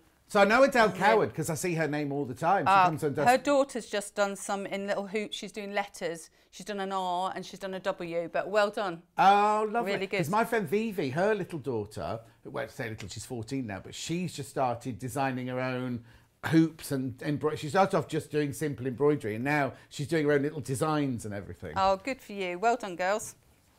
Okay, so that's your running stitch. And it is kind of an outline stitch. I'll show you on here. This is one that I made up. Just I decided that I would use some of the fabric that we'd had earlier and I would just play. Right. So I put some running stitches here in the variegated thread. And what I've done is I've done it so that it's in between. I've started a little bit, shifted a little bit round. So it gives you that sort of brickwork pattern. The other thing that you could do on something like this is if you had lines of stitches, parallel stitches, you can start weaving in and out. So although it's a basic running stitch, you can make it more elaborate if you want to. Of course. I just stop there a second. Hannah's trying to get a message to me and she's not, I can't hear her. So if she, that's right. Oh, Jeanette's waiting for some results from the hospital today. We're sending you lots and lots of love, Jeanette. Sorry, Hannah was trying to tell me, but for some reason I could hear Emma, but I couldn't hear Hannah, that was all. So It's all right, don't worry. Sorry to interrupt. No, that's all right. Yeah. Right. Okay, so that's our basic running stitch. We're now going to do back stitch, and it's a very similar sort of stitch. So it's kind of the next thing on, if you like. So on this one, we'll start off, we'll go up at 1. We travel to the right, if you're right-handed, down at 2. And then we come back on ourselves. So we're now travelling to the left and make another stitch length. So we're up at 3. Right. And then back down again at 1. So effectively what you've done is you've done a loop around the fabric. So you can see on the other side of the fabric, it's a continuous line as well. So if you just do that again, so you're going, travelling on, up through the fabric, down to your right, and then back up again, a stitch length to your left. And then back over and complete that round of stitches. So you go up to the right, down to the left, and back to the right again. Yeah. It sounds like a dance step, but you're literally going back on yourself. Just imagine us all doing a cha-cha-cha across the room. June says, I love embroidery. I find it very mindful and relaxing. And Anne said, it's so nice to be seeing embroidery being shown on the TV. I love my embroidery. If you want to see other, I mean, it's brilliant watching Jules do this, but like in an hour's time, if you're like me, you'll be like, oh, what did she say? What did she do? In this book, in the Simply Stitched with Embroidery book, which you might get off page 52, they do an embroidery stitch guide. Now, it's not as thorough as what you're telling us, but it gives you the basics of each of the straight stitch, running stitch, outline stitch, chain stitch, because you're not going to have time to show all these Well, today. I'm going to speed up a little bit, hopefully. I wasn't saying you were being slow. But I'm just saying, you know what I mean? We're limited by time, whereas they're all... Oh, you can go back and refer. Right, Lazy Daisy Stitch. Everyone talks about Lazy Daisy Stitch, and I never know what they're talking about. Not that you have to do it, but it's in the book there. It's all in the book there. It's sort of a semi-chain stitch, a bit of a chain stitch. Okay. But yeah, so you're going kind of around in a circle, up and around, up and around. And that's your back stitch. Lovely. Okay, so we'll go, take that, actually I'll take it through, leave it at the back. On a back stitch. So the next one we're going to do, you mentioned it there, the outline stitch. I really like this one, and the reason I really like this one, it helps you go around your curves. Oh, okay, brilliant. So when I was doing on here, so all of this up here is outline stitch. Just because when you're doing if you're doing a running or a back stitch, it leaves it fairly flat. And you can go around the curves, but you start to then alter the length of your stitch that you're doing, and maybe that's not what you want to do.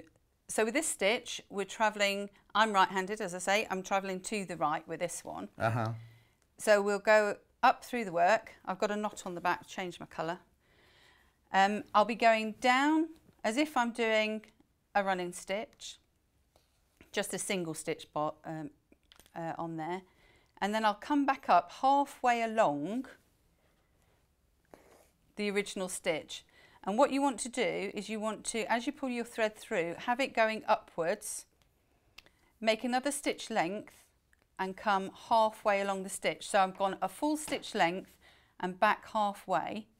This is all the way up here. As I pull it through, that comes down and forms the line. So again, that needs to go, the thread goes upwards. I've gone a stitch length and I've put my needle backwards half a stitch and then pull it through. So forwards, halfway back and pull it through.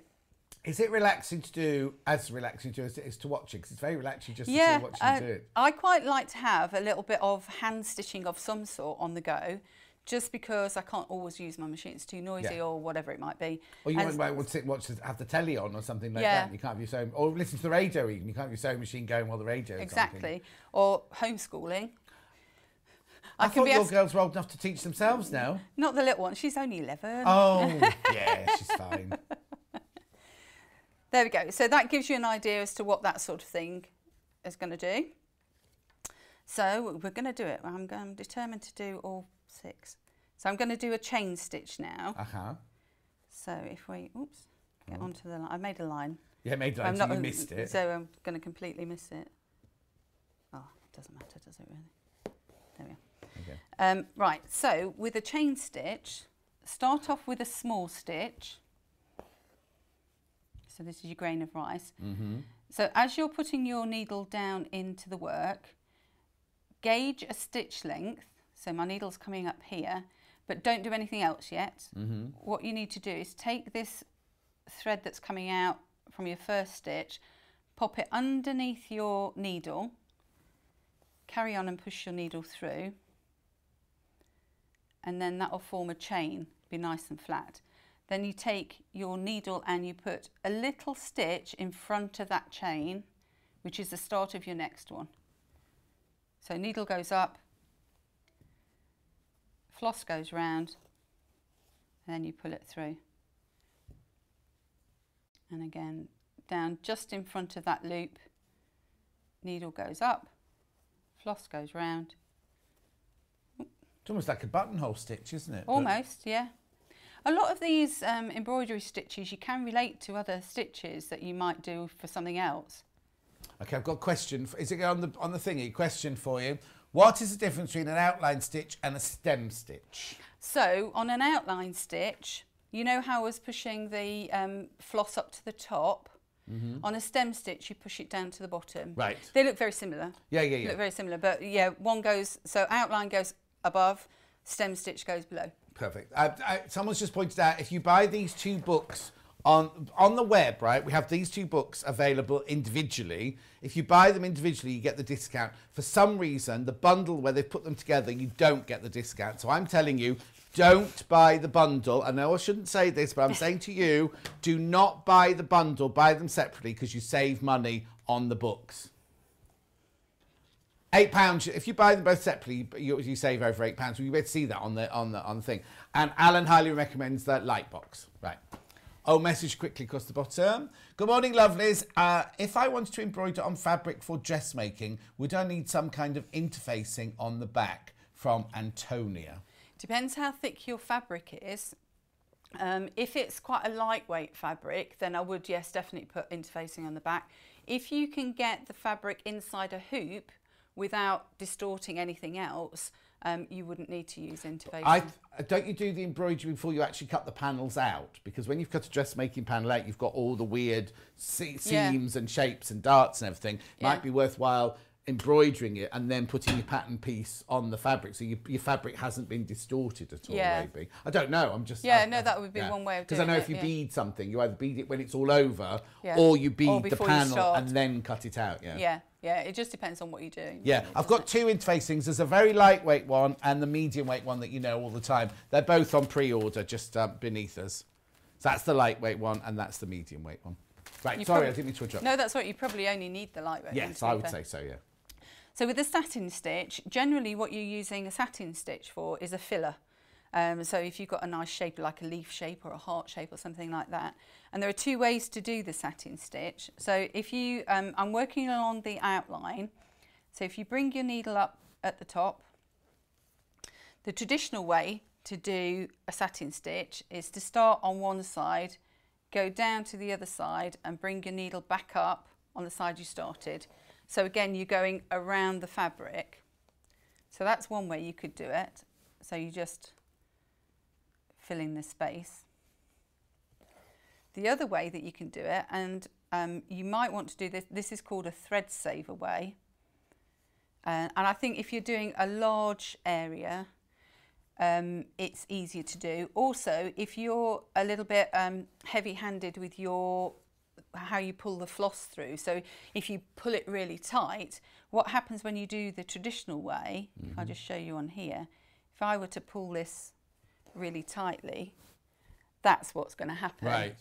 It makes it all distort. Yeah. But if you do it this way, you save thread and also you don't distort your fabric. So I'm going to go across to here, and then rather than go all the way underneath, so before I've been going underneath, I'm just going to go so that I come up next to the stitch I've just gone down at. So if I come up here and then go across, and then again, instead of going all the way under, Oh, I see. So I'm going to come up here. So rather than the thread going right the way across to start again, you start again on the side that you just finished. Yeah. So you're saving thread. So you're saving thread, and also the other thing is, say you're not likely to pucker your fabric. No, exactly. So that would be a satin stitch, and you just continue on. I mean, certainly doing it the traditional way, you don't have to look at the back so much.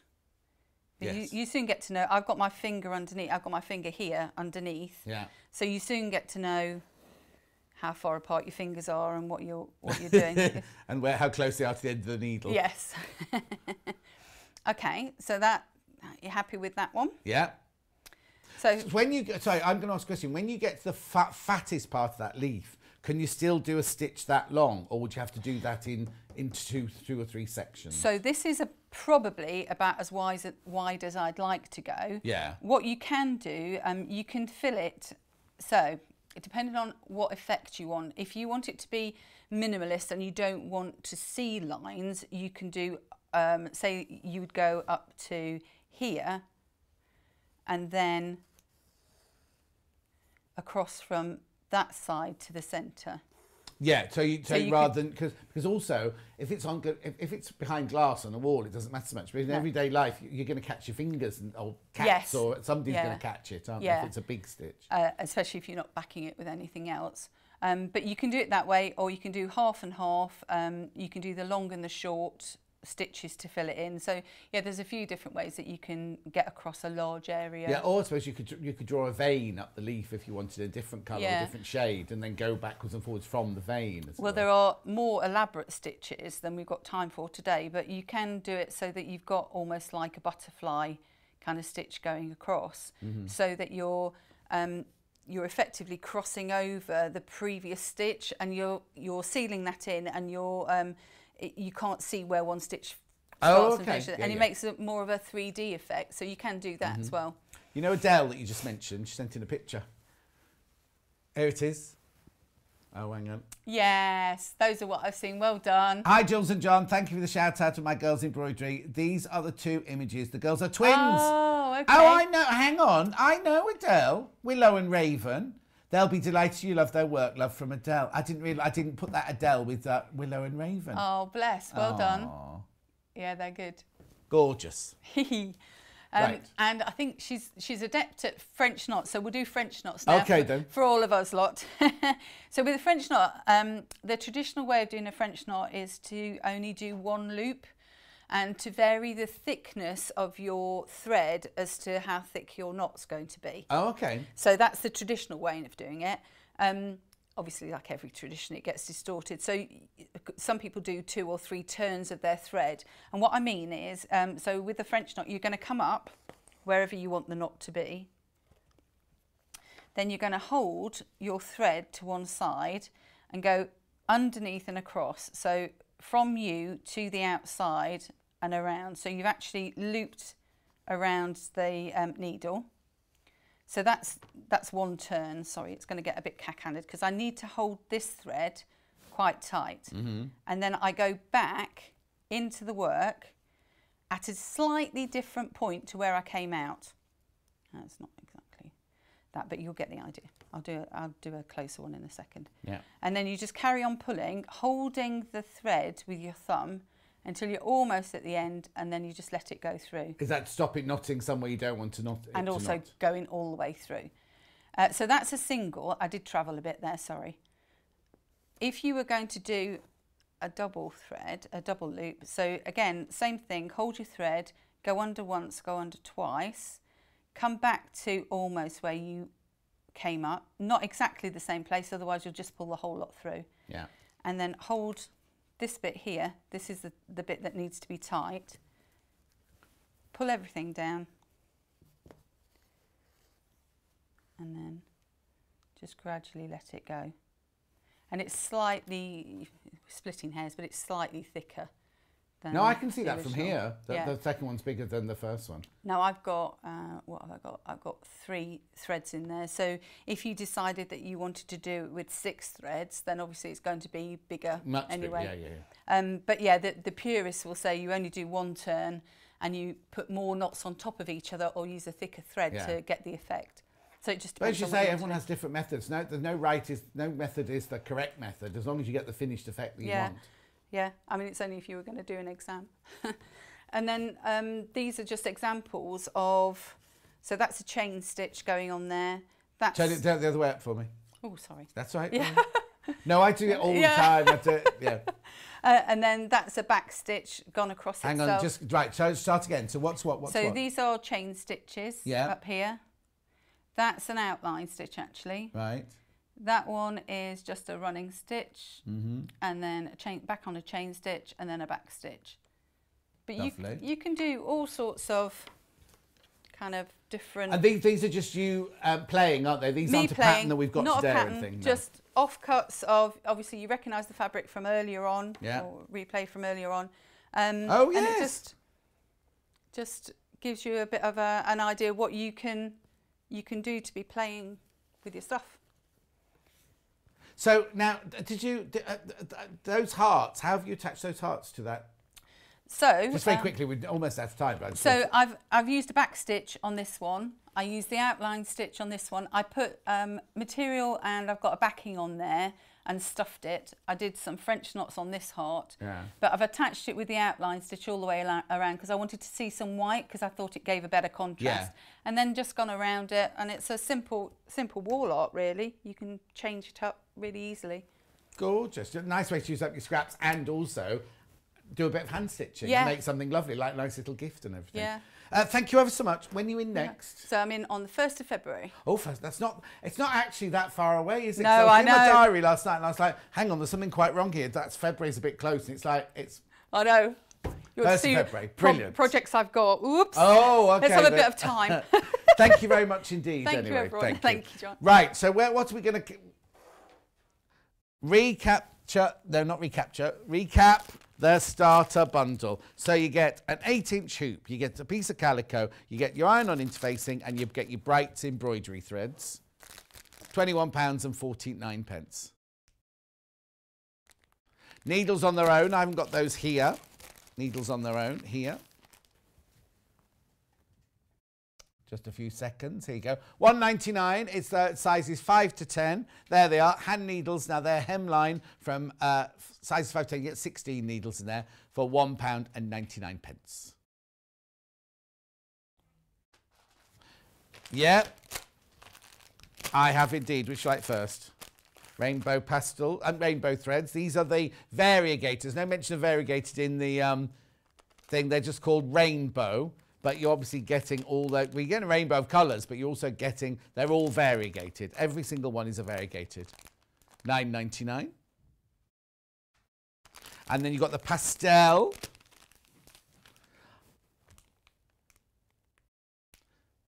There you go. Have I got the Brights on their own, or are they only in the? They're only in the starter pack. So these are the pastel. Can you see those through the paper, through the packet?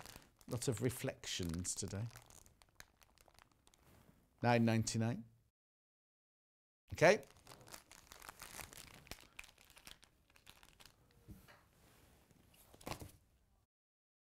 The Simply Stitched embroidery, that one. I've got other books to show you as well, this I haven't done. Simply Stitched, ignore that. This should be £19.49, is that right? £19.49 this should be. And it's all sold at that price. So we have no idea why they've reduced it. Single figures of that now. It's a beautiful book, beautiful, gorgeous book. It's got, now there are templates at the back, but there are no iron-on transfers in that one. I just saw that. I'm not going to be able to find it now, I mean, I've got no time. Hang on, here we go, here we go, here we go, here we go. No. Oh! Flamingo, there. Gorgeous. Right, next. This one now. Do not buy, there's a bundle of these on the website. Do not buy the bundle because you don't get the discount on the bundle. £19.99 is what this is normally. £14.99, £5 off. This has got iron-on transfers in it. I can't open mine, but this is the one that... Oh, actually, somebody has opened it. I'm not going to, though. £14.99. You're saving £5, you get the booklet and the iron-on transfers. I'm not surprised at £14.99, very popular. Also, having the transfers always makes me feel a little bit more at ease, you know. Vivienne, it would be lovely to have some intermediate advanced demos of embroidery or crewel work, please. Vivienne, we'll pass that on to the management. We will pass it on. What's the matter?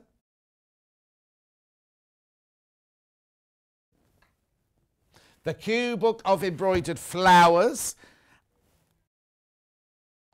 There's a discount on this. You get 11 inspiring projects and reusable iron-on transfers. I like this. I've already taken it out. It comes with a cover. So you get the softback book. No. Softback?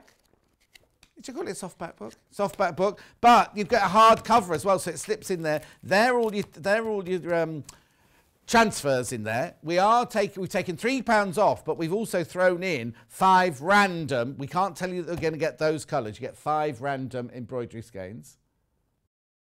Normally, you get £21.99, £3 off, you see, but you're getting these for free as well. Okay. Oh, now, I'm not surprised. This one's about to sell out. There's one left. There's one of these left now. Now, it should be £25, right? And I have no idea why it's £18.99. We have always sold it at £25, and it's £18.99. It'd be gorgeous as a coffee table. But there's only one left. There's only one. First one, that's at 5 to 11 on Wednesday morning. I've got doodle stitching embroidery art. Right, look at this, right? You get £1 off this one for some reason. This one should be £14.99. You got £1 off it. Constellations. Now, this is very different because I don't know if this has actually got... Oh, I like that. That's very Anna Maria Horner, isn't it? Oh, it's a journal, is it? That. Oh, yes, it's a J Journal sampler. Hannah's been obviously having a sneaky peek at this. But I don't... Oh, yeah, no, there's the stitches. It's got all the stitches you need in there. That's gorgeous, isn't it? Doodle stitching, £1 off. £1 off, you get off that one. What's the matter? Okay. Emma, it's £1 off today if you buy it today. No, you don't get it for £1. £1 off. And PP's $3.95. Right. Next, was there anything else? The light box. I'm trying to be good here and pack away as I go along. Light box. Upside down.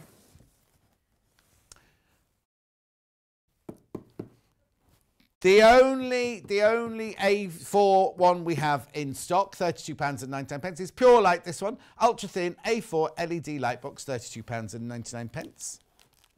You saw Jules using it earlier, and Alan's got this, and he says it's highly recommended. In fact, he dropped his, but it still works.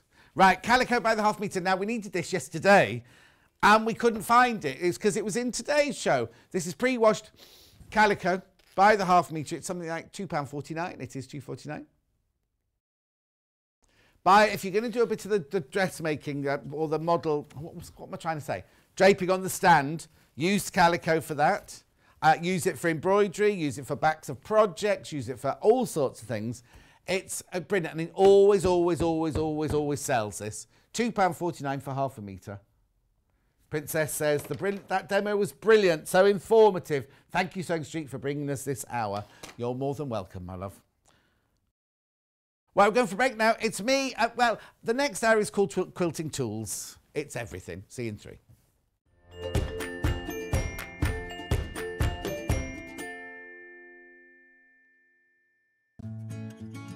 While we're having to spend more time at home again, we're here to keep you busy and entertained.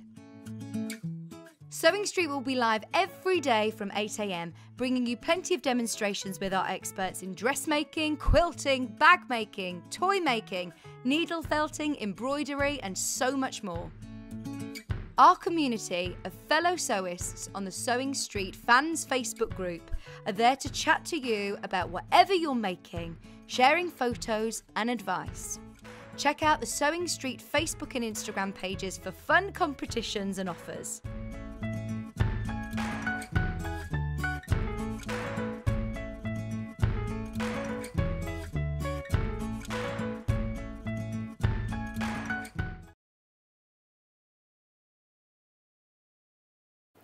Hello everyone, my name's Cara Ackerman and I'm absolutely delighted to be here at Sewing Street. I actually originated from Hertfordshire, then went down to Hampshire and then it ended up in the East Midlands. I've been in the East Midlands for about 40 years now, which seems crazy, but 36 of those I actually worked with DMC Creative World, which was wonderful. I really, really enjoyed that. And then I decided to go freelance and that's how I got introduced to Sewing Street. I love doing anything to do with textiles, so embroidery, cross stitch, patchwork, done a bit of quilting, bag making, toy making, oh goodness, there's loads and loads of things. What I love doing is just trying something new, and I think one of the tips is don't be frightened of trying something new.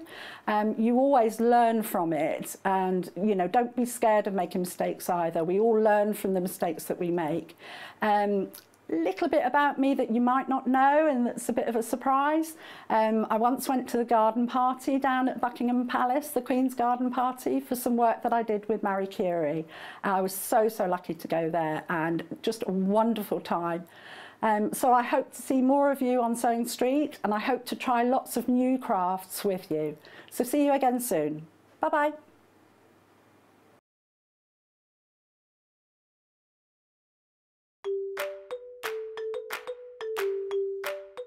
Hi, I'm Debbie Shaw from Sewing Street and these are my 5 top tips for successful sewing. So number 1, always use a good quality thread. A good quality thread will keep your seams stronger and also help to prevent lint building up inside your sewing machine. Tip number 2, if your project isn't going quite according to plan, put it down, walk away from it, come back again the next day and you'll probably find that things don't seem half as bad as they did. My tip number 3, never throw away your sewing machine manual, always keep it to hand because you're going to find hints and tips, techniques and troubleshooting in that manual. You'll miss it if you lose it. My tip number 4 is to read your pattern instructions before you even cut out your fabric. Different manufacturers of patterns will give you different instructions, different ways of constructing your garments and different seam allowances. So to have a successful garment, you need to follow the instructions precisely. And then tip number 5 is don't give up. Every professional sewer sewed their first seam. Every professional quilter quilted their first quilt. Every professional quilter sewed their first line of wonky stitches and had to get out the quick unpick. That's no different to you. So I hope you find these useful. We'll see you soon.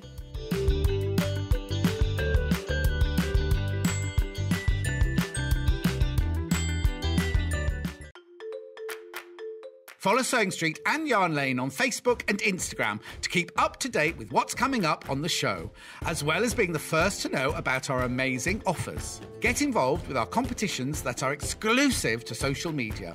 And pick up some top tips from us too.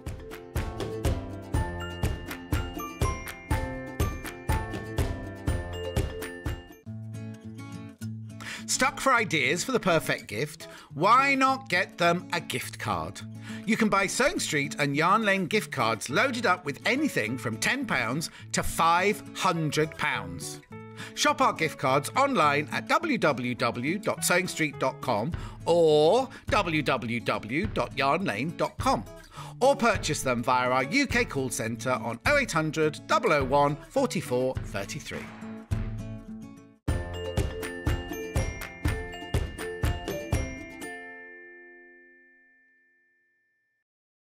This hour is based around Hannah's 3 favourite books. She's been saying all break. Say that, John, first. Say that, John. Say that. Okay, the books are all here. You can't see it. Here and here. Oh dear, hang on. There you go. There you go. And there you go.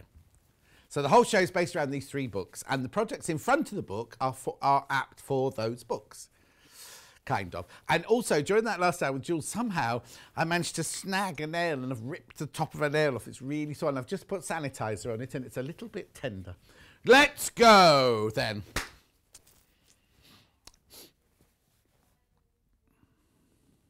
Oh, we love this book. Oh, I've got this quilt. Yes. It's not at home. It's in Western Supermare, the studio in Western Supermare. $16.99 this book. We love this book. We absolutely love it. It's $16.99 and it's by Erica Caprow, who, oh, no, maybe not. Sold out of her one. Here are the 3 projects. Here's the 3 projects. Look, they're beautiful, aren't they? You can either make the centre block as a cushion, or you can do the quilts. It's just got embroidery on there. It's got felt on there. It's got cotton on there. It's got wool on there. It's got all sorts. It's just the most divine book. Here we go. Here's the Birds of a Feather. Now, we did this recently. We did that recently, didn't we? Quilt construction there. All your templates there.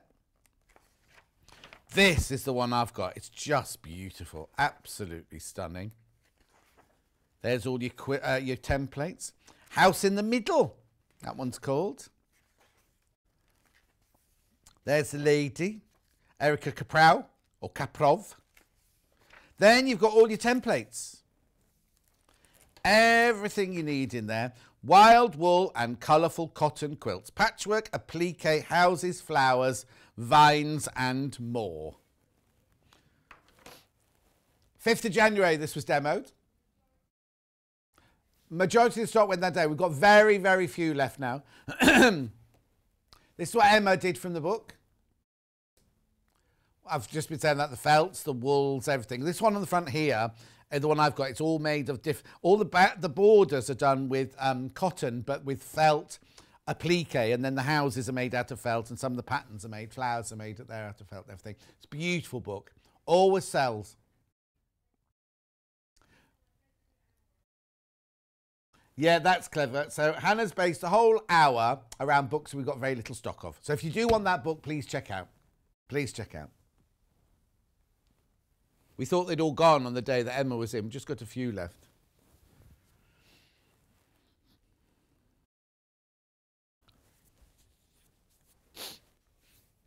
Okay, Bondweb, back in stock today. When we did the show with Emma, we didn't have any Bondweb in stock. It's now in stock. I'll do it from the upstairs camera there. Oh, it's a bit messy, that, isn't it? Basically, it's 5 metres. 5 metres on a roll. You know what it is? It's paper with glue on one side. You literally iron it. You draw your pattern on. You iron it onto your fabric. You peel the back off, and then you can iron that piece of fabric onto another piece of fabric. How much? Quarter of the stock has gone. Quarter of the stock has gone, and we had lots because it's new back in today. I know. I know. Say that again. We did use freeze paper when we did the demo, but if you don't, you're much better off using the Bondweb. Have this in your stash, because how many patterns, how many things go, oh, Bondweb this on, fuse that on, do this. It's just good to have. When we first started and we had the little packets, I say, why don't we sell it on a roll? Why don't we sell it on a roll? Sell it on a roll now. And every time we do a project like Delphine's Tiger, Tasha, or what's her elephant called? Nellie? No, it's not called Nellie, is it? She's got more exotic names than that. Anyway, you'll be amazed at how many times you need Bondweb.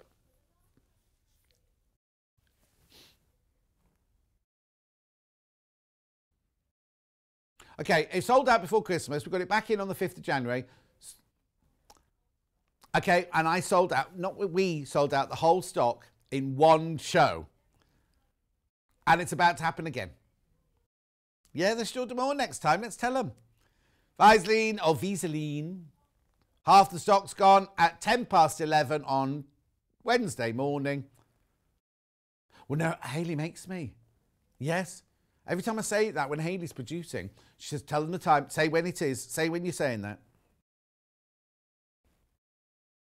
Yeah, you're meant to, as a producer, do that. That's right. Love the Honda Web on a roll. I think that you've got your spell check's gone a bit funny. It's not Honda, it's Bondweb. Honda Web. Jackie.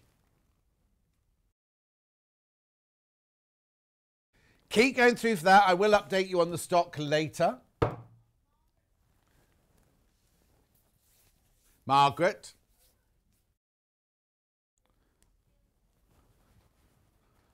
Oh, okay. John, an arboretum is a botanical garden for trees, probably falconry centre within. Oh, isn't that weird? I thought an arboretum was always where the birds were.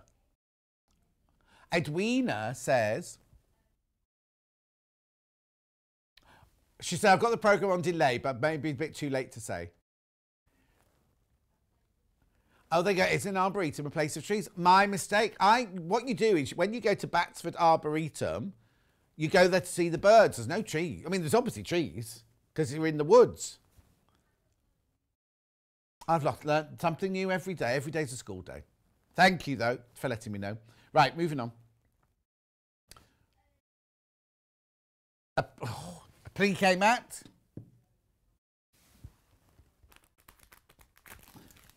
How many of these have I got? Applique mat. You're going to look at this and think, why is he selling me this? It's brilliant. If you're doing Bondaweb or appliquing, especially if you're doing lace or something like that, what you don't want to do is get the glue on your iron or on your ironing board. What you do with this, it's like a Teflon sheet. Oh, well, you don't want this one anyway. It's got a bit of a stain on it.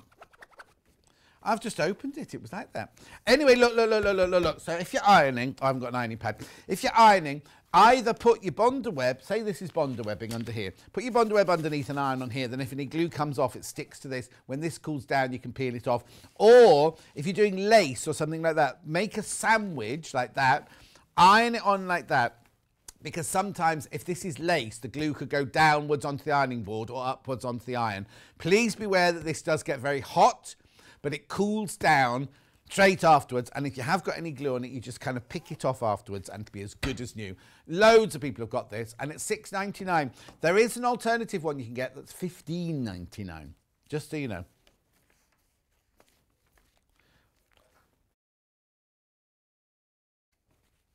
Okay, on the 6th of January, Emma Bradford doing that one that we did there, that she used it on that one, and we sold loads that day.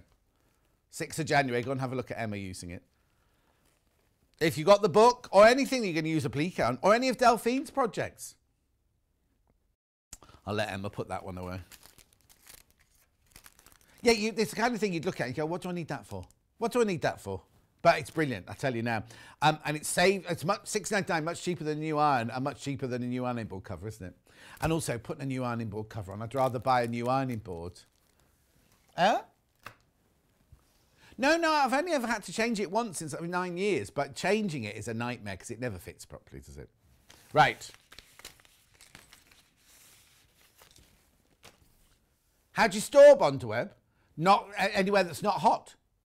Don't store it next to the iron. It's fine. You can just leave it as a roll in your workroom. It's absolutely fine. It's only takes effect when you heat it with the iron. It's a hot iron. Don't keep it on your on your radiator either. Okay, we're down to the teens. Teens now we're down to. Teens. $23.99, less than 20, fewer than 20 of those. Right, now we're going to do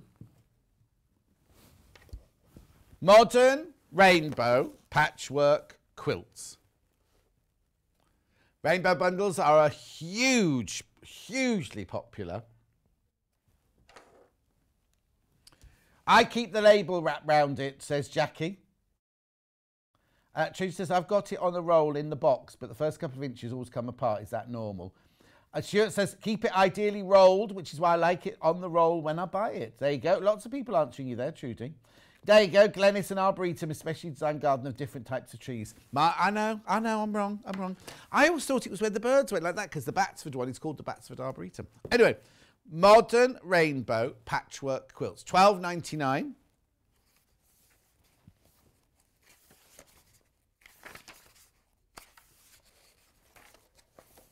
Here we go. These are all your beginning tutorials here. Half square triangles, quarter square triangles. All the different board things we did with Delphine yesterday. Then we're off on to the quilt projects. Look at these. Oh, hang on. Very slippy pages. No, I let go. That wasn't the flick. Oh, that's nice. Racing stripe. Lap quilt. Oh, look. That's lovely. There you go. Ombre compass. Oh, I say. That reminds me of what's the lady that does, is it Hartman, Elizabeth Hartman, who does the flamingos and penguins? Right, so this book is £12.99, and how many patterns are in there? 14. It's not even £1 a pattern. It's not even £1 a pattern, look.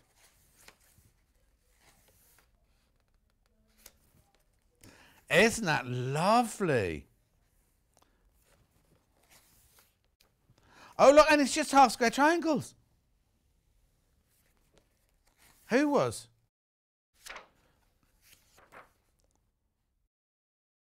Oh, so we might be doing it on the show and we're selling the book. Oh, one of our guests are doing it for themselves in their own time. I might make that one. Oh, that's pretty as well. These are all lovely. I think it's because we all love rainbows, isn't it? Oh.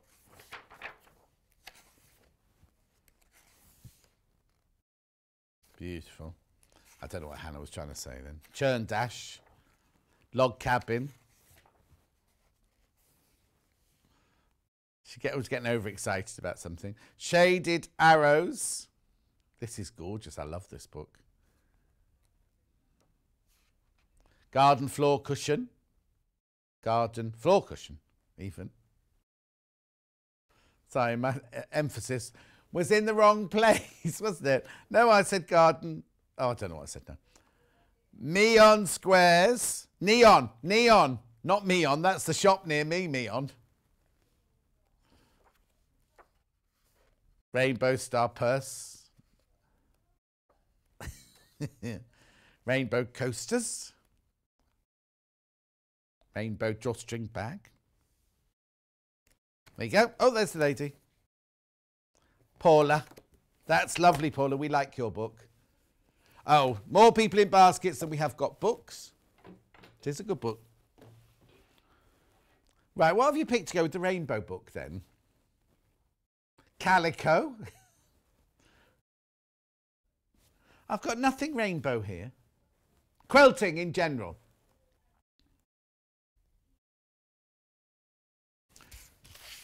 Right, I now talked about them at the beginning, didn't I? Right, these, last time we had these on, they sold, look at the price, $2.99. So now, last time I did these, I got them out and we did a demo. Yeah. I'm not going to open this pack because these will sell. You know, when you're quilting on your machine, you roll the quilt up, don't you, like that, to get through. And, you know, it keeps opening and flapping all over the place. This way, you just put these round your quilt. I had a little quilt to show you last time. I'm not going to do it. I'm going to do it. And they hold it all in place. Or you can wear them as very big earrings. You get 2 clips in there for $2.99. So they're £1.50 each. What a brilliant buy. Half the stock went after me just mentioning that they were back in stock this morning. Add it to your order. If you don't like them, give it to a friend. Some do like wearing earrings and doing quilting. 25 left now, that's it. 25 left and that'll be it until the next time.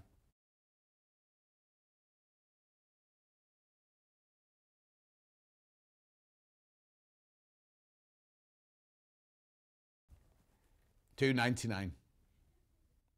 I think you'd get a decent, because when you're on a quilt, you never have the whole, well, unless you're just starting it, you never have the whole quilt under there, do you? So as you roll it through, you just have a whole quilt like that.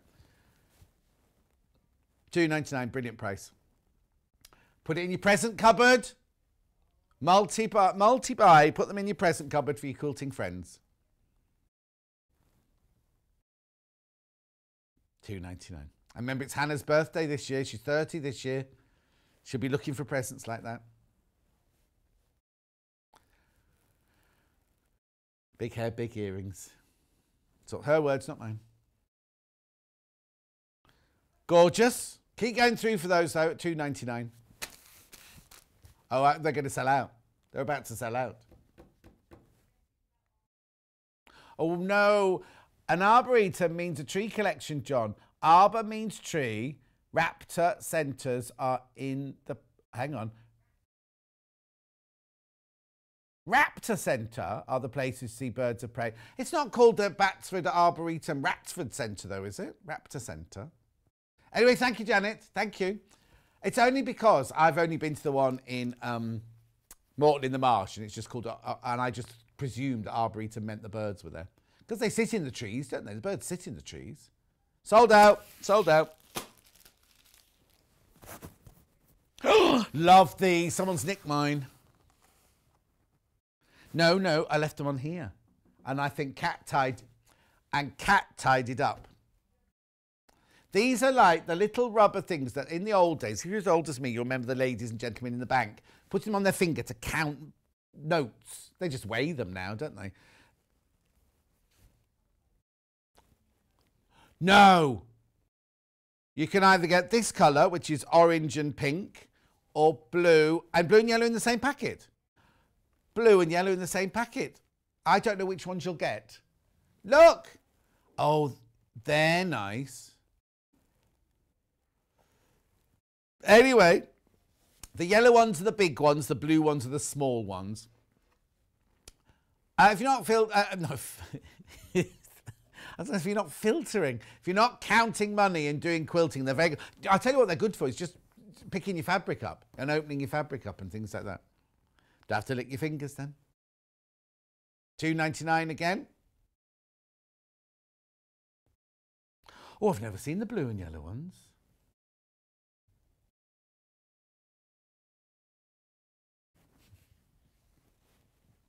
£2.99.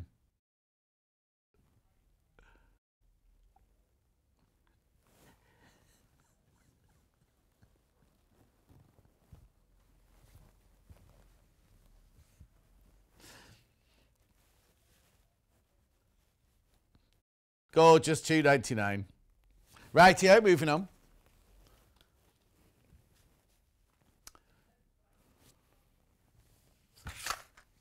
Bobbin thread matchmakers. No, matchmates. These are brilliant. You know when you fill a bobbin in your machine and you never use it all and you never use the whole bobbin of thread. So what you do is you put your bobbin with the colour on one end and your thread on the other end, and it keeps them together. So next time you come to use them, you've already got a wound bobbin in the exact colour of the thread. £1.99. This is a really good hour, this, isn't it? With all the prices. You get 12 in there.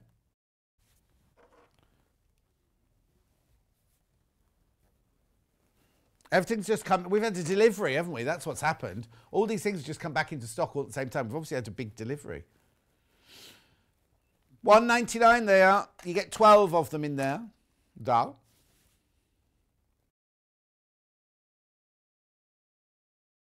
Gorgeous. Oh no. There's a falconry centre next to Batsford. Oh no.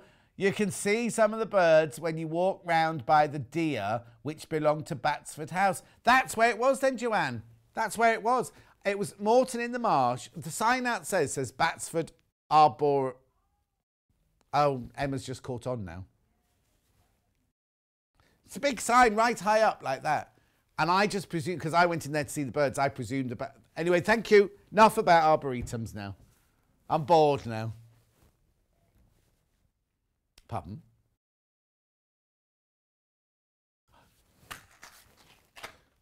Next. Oh, all the way over there.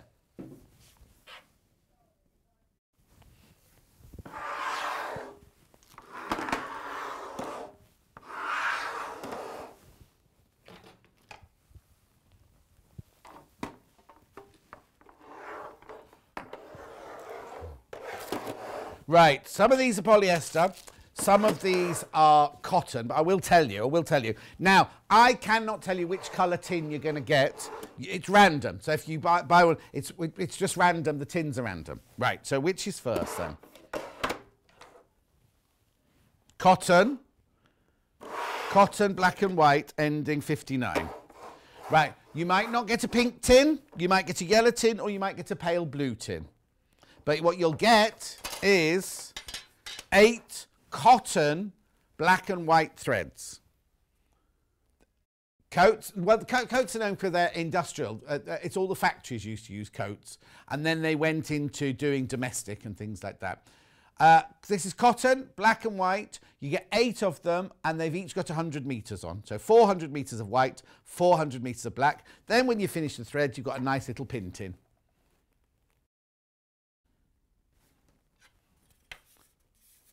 $14.99. What colours are you going to run out of first? If you've not used what, Hannah?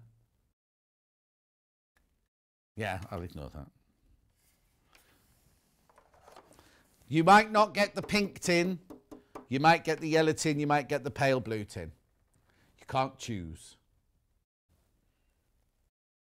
But anyway, you do get, there you go, 800 meters of black and white thread, 400 meters of each, plus a lovely tin.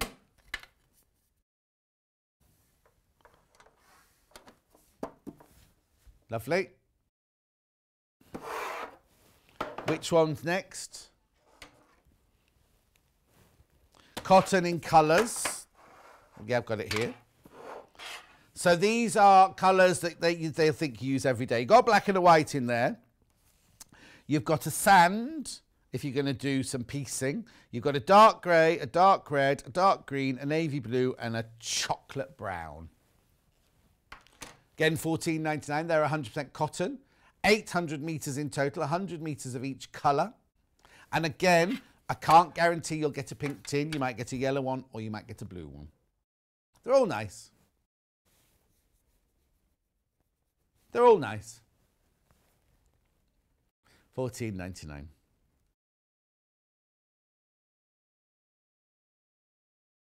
100 metres on each spool. Okay. Is Bex Reed still here? She what? Black and white in polyester now. So it looks identical. Now that's the pale blue tin. You can't choose. Even if you bought 4 tins or 3 tins, you might get 3 pink ones. You know what I mean? These are polyester thread. 100 metres on each spool. They do look like Dean Designs, don't they, the tins? Doesn't actually say. Mez Private Collection number 2 Boho Chic Edition. Doesn't say polyester anywhere on there though, does it? Yes, it does. On the back. Graphics don't, but they do. They are the polyester ones. Now, are the polyester coloured ones the same colour? This is the yellow tin that you might possibly get. Yep. Just depends what you're working with. Well, actually, it's either what you prefer working with or what job you're doing, really. $14.99. 800 metres of thread. White, black, cream. Oh, actually, are they the same colour? Dark grey, yes. Chocolate brown, navy blue, red and green. Apparently they're the colours we use most, according to Coats.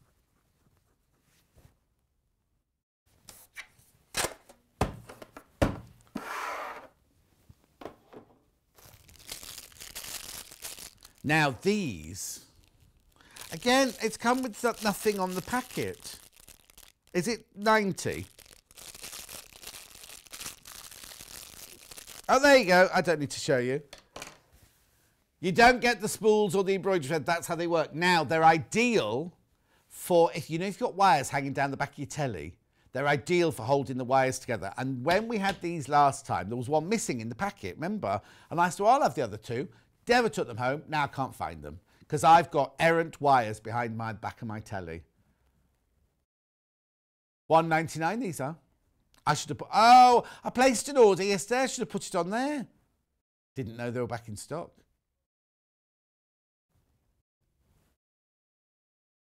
Right, quickly go through for these. $1.99. They're brilliant. See, if I open the packet, we can't send them back to the warehouse.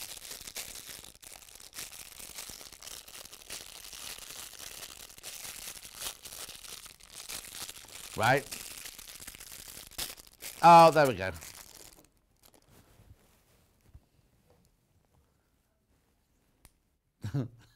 Look.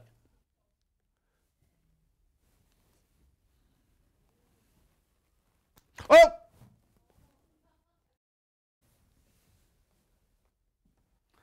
Anyway, you get 3 in a packet. They're good. They're spring back on. Have they got wire inside them or something? Well, so one went that way, one went that way. Where's this one going to go?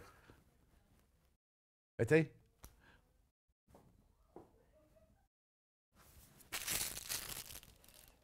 Brilliant. They're hours of fun. Hours of fun.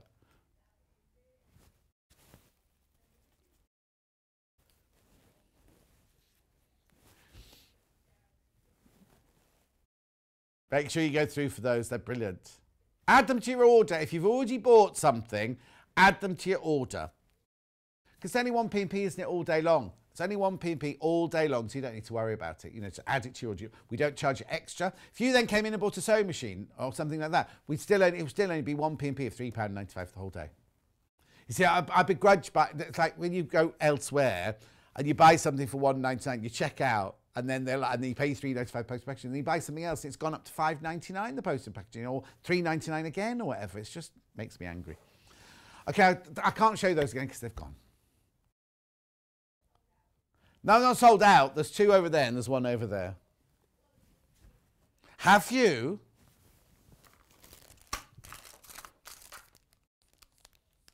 Oh yes. Now, who was I talking to? Was it Yvonne? Macadamia nut. I was talking to you about these the other day.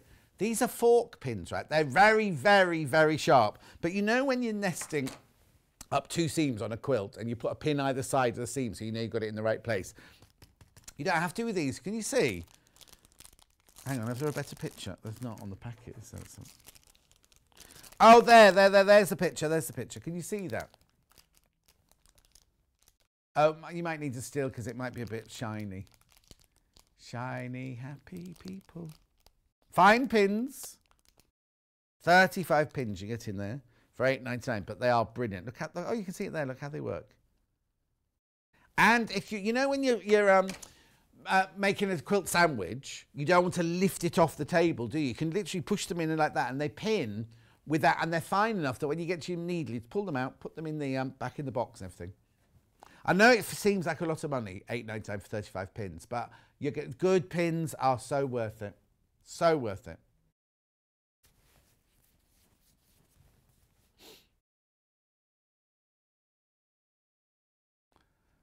Yeah. Give Hannah a banana, somebody.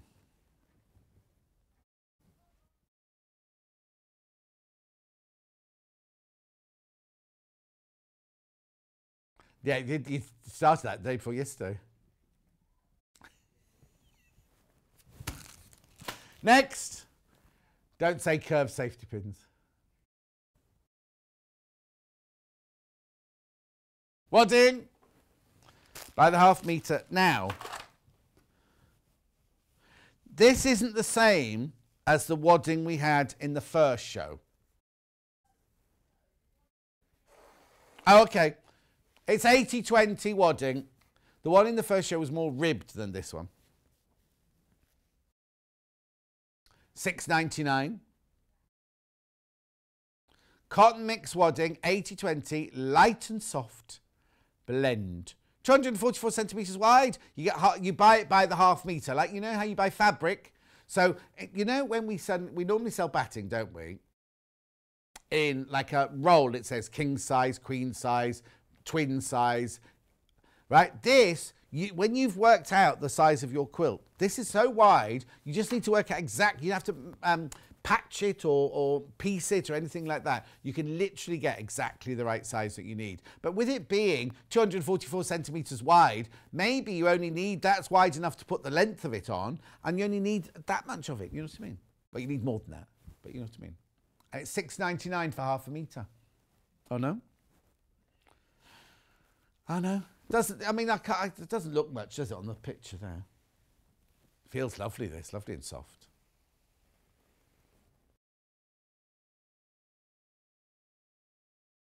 Beautiful. I'd like to see you coming in for this.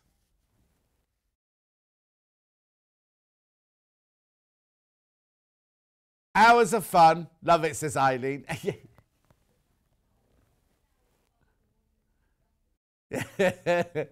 Hours of fun. Love it, Eileen. Well, they are. They're all over there. I have to pick them up afterwards. Mustn't forget. I think I'm in need of my boiled egg earlier today than I am normally. Oh. So Hannah's eaten a punnet of grapes and 2 boiled eggs so far, as well as how many coffees? 2 today. 2 coffees today.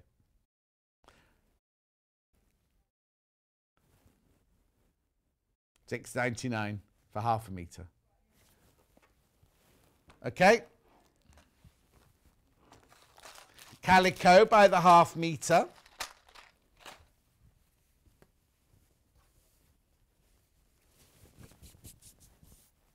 If you're doing toile making for dressmaking, if you're going to do a wall hanging, put it on the back of there, if you're going to do red work or embroidery, if you're going to make, I don't know, a applique cushion or something like that, if you want fabric to dye, to make all gorgeous colours, if you're going to make a therapy doll, do you know what I mean? All of those kind of things you can use it. It's just fantastic. Potato printing. £2.49 for half a metre. It's washed. It's already been washed, this one as well. No. Right, okay. So on, what day was it we were in last week? Was it Saturday? Saturday or Sunday? We'd had it back in and we had like hundreds and hundreds and hundreds of metres. 12th of January, which is 8 days ago. Right, and I sold 400 units, that's 200 metres on that day, right? How much have I got left? Got 20 metres, 40 units left, that's it. And everyone always multi-buys this. And it's not calico question mark, it is calico. It's meant to be a dash for some reason. I don't know why they called it quilters either. They surely should have the weight of it on. It should say medium to lightweight calico. £2.49 for half a metre. It's calico, I love it. Smells gorgeous. Not as nice as unwashed, but it smells gorgeous. I love the smell of calico though. I just love it. Blue core fabric bundle. There was a fabric bundle earlier that I didn't do as well.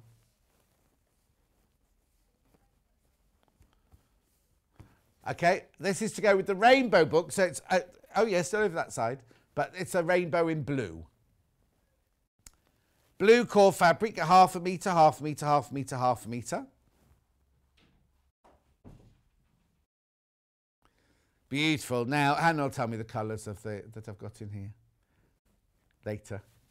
Blue, blue, blue and blue, she says. They're lovely though, aren't they? You always need more, you know. Actually, that Hannah's doing, when she does her waves, that'd be nice, wouldn't they?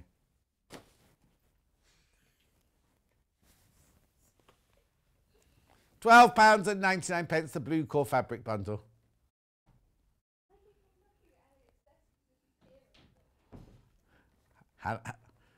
Hannah's missing Elliot. Oh.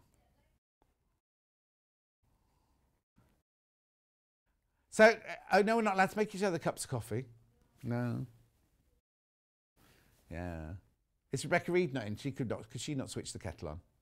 Oh, she's gone to Ivy House, gone to her desk there.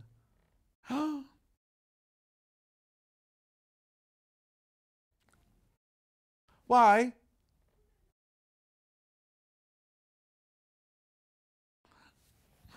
£12.99.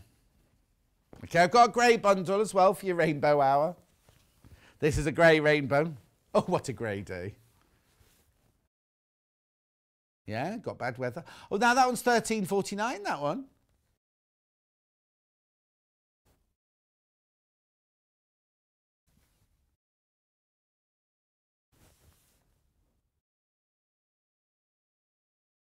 So you've got grey, grey, grey and grey. Pale grey, medium grey, slightly darker grey and much darker grey. Margaret's got a question. Hi John, please may I ask, if you add an item to your basket and continue viewing, are you guaranteed that item will be there when you check out? No. No, if it's in your basket, it's not guaranteed that. This is why we have, Margaret, this is why we have check out immediately, because you can check out as many times as you like. It's only yours once you've checked out. So you can check out 100 times in a day, right? And only be charged 1 P&P. If you put something in, so let me explain what it is. So if you have 100, say I had 100 of these, right? And 99 people came in, put it in their baskets, they'd all be safe until they came to check out. But if 105 people put it in their baskets, when you come to check out, 5 of you will get, sorry, this item is now out of stock. Or if somebody rings up and 105 are in baskets, the call centre are able to allocate as soon. It's only when you confirm that it's yours. So putting it in your basket shows us that you're interested, but it doesn't reserve it. It's like Amazon, the Long River, right? It's not yours until you've checked out. But that's why we have the check out as many times as you like, because we want you to have, if you want it, we want you to have it. So check out, always check out. And if you have an issue, just ring the call centre. But I would just check out as you go along.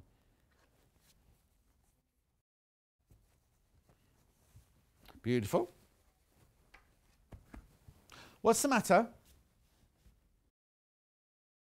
No. What's next?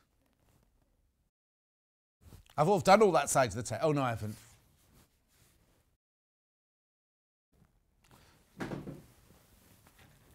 Best press. Now, the Delphine was talking about this yesterday, wasn't she? $11.99. This is the scent-free one. Delphine was saying before you start cutting, always spray your fabric if you're doing quilting with Best Press, especially if you're going to be doing half square triangles, so you've got fabric on the bias and things like that. It just helps it keep it a little bit more substantial while you're working with it. This has no scent to it at all, and it's $11.99. Also, I like the fact it's got one of these triggers rather than a aerosol. Oh, it's about to sell out that already. We will get more in stock because we do. Now, have we got other flavours on the website? Oh, we will get more in, but we normally sell it in like lavender, linen, fresh and plain. Hannah's still waiting for them to get the Caribbean Sunset one in. And what was the other one you liked? I can't remember. At Festival of Quilts, they had a whole stand and she went on smelling all of them, you know. She loved it. Alistair. We love Alistair. Quilting on the move with English paper piecing. Alistair McDonald. From Searchbest. We love Alistair. $7.99. You've not met him yet, Am. Oh, no, because he's not on our channel. He's a friend of the channel.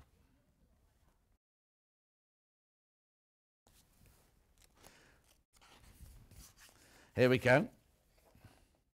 Love to sew. That's a very old photo of him. You might recognise him for that, but that's a very old photo of him.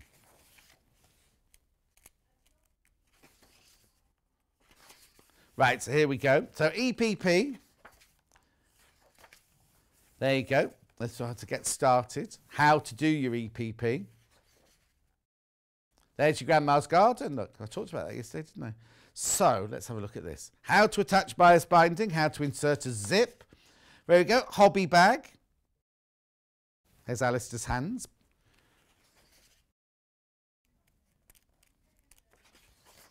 There you got your organiser pin cushion.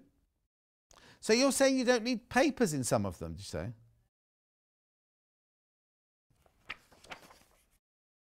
Oh, let's have a look then. Oh. Makeup bag. Man's scarf. No, I'm just thinking how I was trying to feel how thick it was. Christmas table runner, not keen on a table runner, me. Peg bag. I like peg bags, and Crazy Lorraine made me a Tudor pink peg bag, but I've got no washing line. So what I use it for is, now I've moved my office upstairs, I have it hanging on the what's the thing called for the central heating? Like the thermostat thing. I have it hanging on there at the bottom of the stairs, and I put all my receipts in. So when I go upstairs, I take my little bag up with me, and I've got all my receipts and everything upstairs. Well, no, it's brilliant. It's much better than, because you keep losing receipts otherwise, don't you? Tablet case. I'm looking for the felt ones. Oh, no, that's not EPP. Is it? Oh, yes, it says. Hot water bottle case. Book cover. That's got papers in it.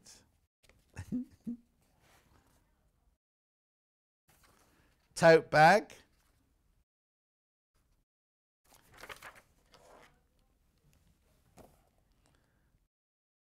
Yeah, felt. You need felt on that one. Thank you, she says. You don't take the cards out, you leave the felt in. Now, you know my friend Dulcie, right? She's doing an EPP quilt, and it's all made of hexes that are 1.78 inches big. I don't know why. I think it might have been a 2-inch thing that she's just worn it down. Anyway, she said, oh, this cutting out's killing me. So she got our friend, right? He's got a factory with one of those machines. You can tap everything in. He's cut all her cardboards out and all her fabrics out. So she's now got at home piles of cardboards like this and all the fabric from the quilt all cut into exactly the right size hexes. I know. Message, a great show, John. I've giggled. I can't read anymore. I've giggled lots and it's helped me trim down. Oh, here you go. 386 2.5-inch half-square triangles. My most hated job. Thanks, Ange. Oh, Ange, what are you making with 386 half-square triangles? Oh, that rainbow quilt, maybe. Maybe. Christmas baubles. Storage baskets. Oh, got an email. Good morning, John and team. She's been watching with her feet up, drinking a cup of tea. It's her birthday. She stopped counting at 27, at 50. Oh, she'll be opening her new Juki this afternoon. Bought it when you're on with Gary, lovely Gary, before Christmas. Bucks Fizz with lunch. Yeah, grandchildren have to sort themselves out. They're all teenage step one. And you've already made her lunch. And who's it from? Jenny. Have a lovely, lovely day, Jenny, and enjoy your sewing machine.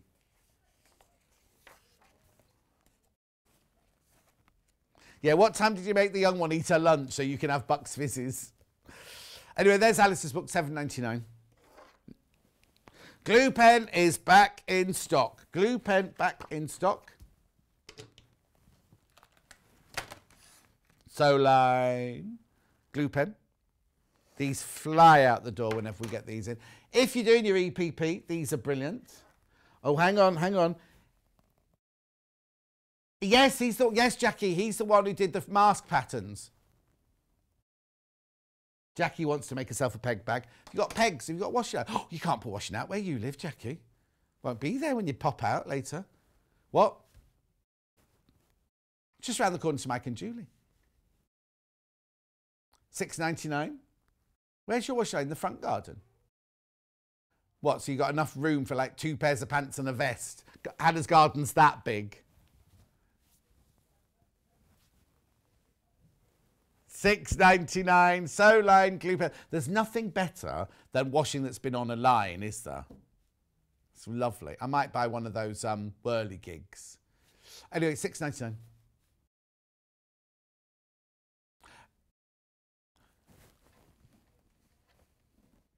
Right, Dulcie, who's making the thing. I said we were out for a walk the other day, and she said, "Oh, all the basting is going to take forever." And I said, "Get a glue pen." She went, "What do you mean a glue pen?" Because she's trained with me.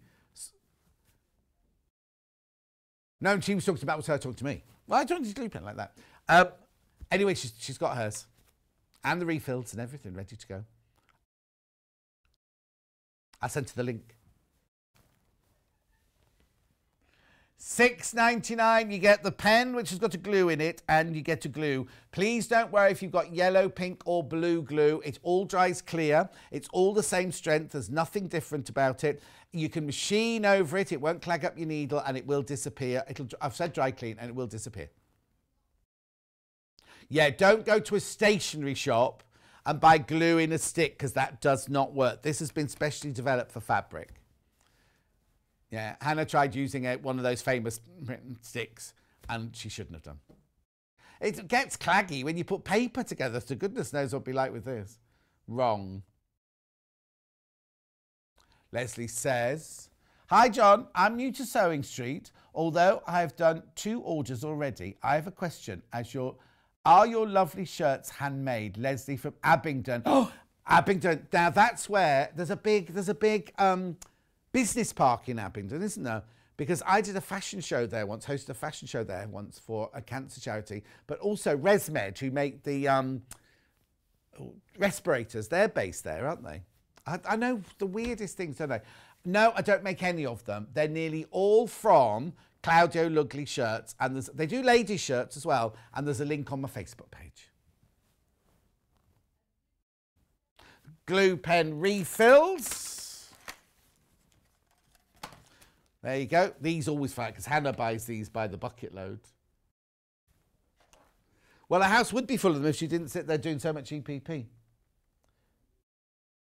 Oh, Claire says Dukey or Elna. There's a question. Right, well, I can tell you, answer that quite quickly. The Dukey that we have is £2,379. The Elna that we had was £1,099. I've got the Elna. Mark and Clive have got the Dukey, as had... Oh, no, it's only Mark. Oh, no, as has... Wendy Orlando's got it now as well. Yeah.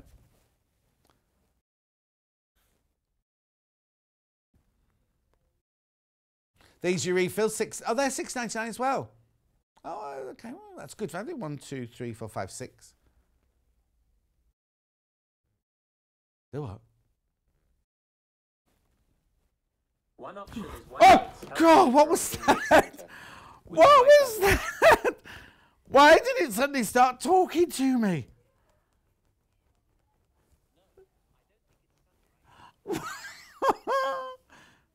That's really weird. And I frozen holding up something.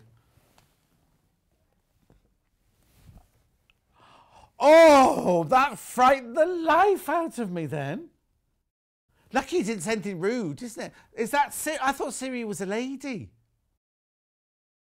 No, it wasn't me. That wasn't me. No, that wasn't me. It was a Siri. Oh, I'll have to go home now. Hannah's going to present Yarn Lane. She's not very well. I'm not very well dressed.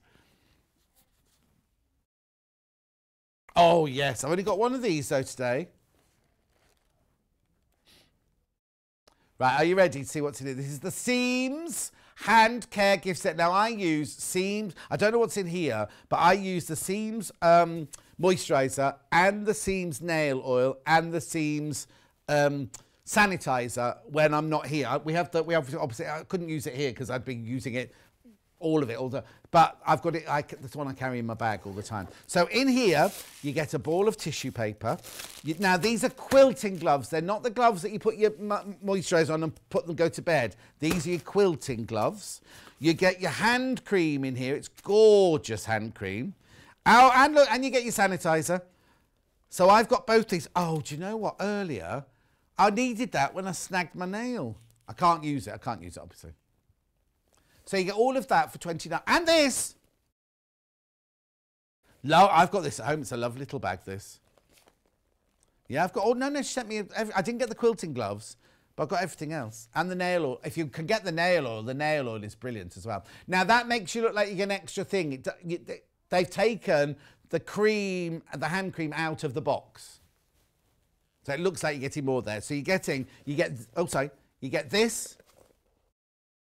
You get this, you get the quilting gloves, you get the hand cream, you get the sanitizer, and you get the nail file, and you get the ball of tissue paper, all for $29.99.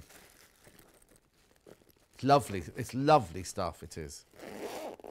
Can I just say, it was developed for people who do sewing because it's absorbed into your skin so quickly. Also, we need... Because we're doing this every 10 minutes, you know what I mean? Our hands are really taking the toll. And it's, I have to say, it's the amount of people who comment on not the quality, what's that? But my nails, and I don't go and have them done, I do them myself, but then I've got no cuticles and no back friends or anything like that. They're all really, really lovely, my nails. Anyway. Oh, look at the time. Yeah, look at the time. Sorry. Hi, John. Lovely morning with you. Just opened my Sewing Street parcel. So excited to explore its content. Sue in Glossop. Oh, what's in it, Sue? But you're not going to have time to tell me. You're not going to have time to tell me because I need to do the menu. It's got to go to Yarn Lane.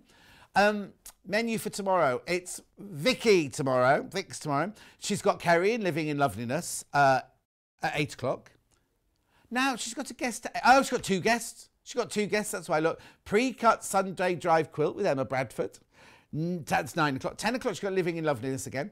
11 o'clock, she's got Creative Grids with Emma Bradford. And then at 12 o'clock, now I have no idea what she's going to put in her hour at 12 o'clock because we've sold nearly every sewing machine. Unless they've had some more in, there's no sewing machines to be had, I don't think. It'll be interesting to see what goes in that hour. Anyway, the reason I'm doing my menu for tomorrow now is we have got another hour, but we have to go to Yarn Lane next. So if you're watching on the telly, just stay where you are. You don't have to do anything at all. If you're watching on YouTube, Facebook Live, or on the website, you need to go to the Yarn Lane website. Now, I need to tell you, if you've bought anything from Sewing Street this morning, that's your P&P done for the day. So if you buy from Sewing Street, your P&P it's included in your P&P. But I do have to tell you that the goods, products that we've had on Sewing Street this morning do not appear on Yarn Lane, and the products from Yarn Lane do not appear on Sewing Street on the website. You need to go to them separately. So even though you're buying from 2 different websites, it'll be one P&P for the whole day if you've already bought from Sewing Street. It's a kit roundup, and there's loads. There's loads. Rebecca Reed's been out there sorting it all out for us. Absolutely loads. There's knitting. There's bound to be socks. I'm not going to be doing any demonstrations. I'm just going through the kits. I won't have my Facebook Live with me either on this hour because it's just going to be me and a lot of kits. So I will see you on the other side of this break with Yarn Lane.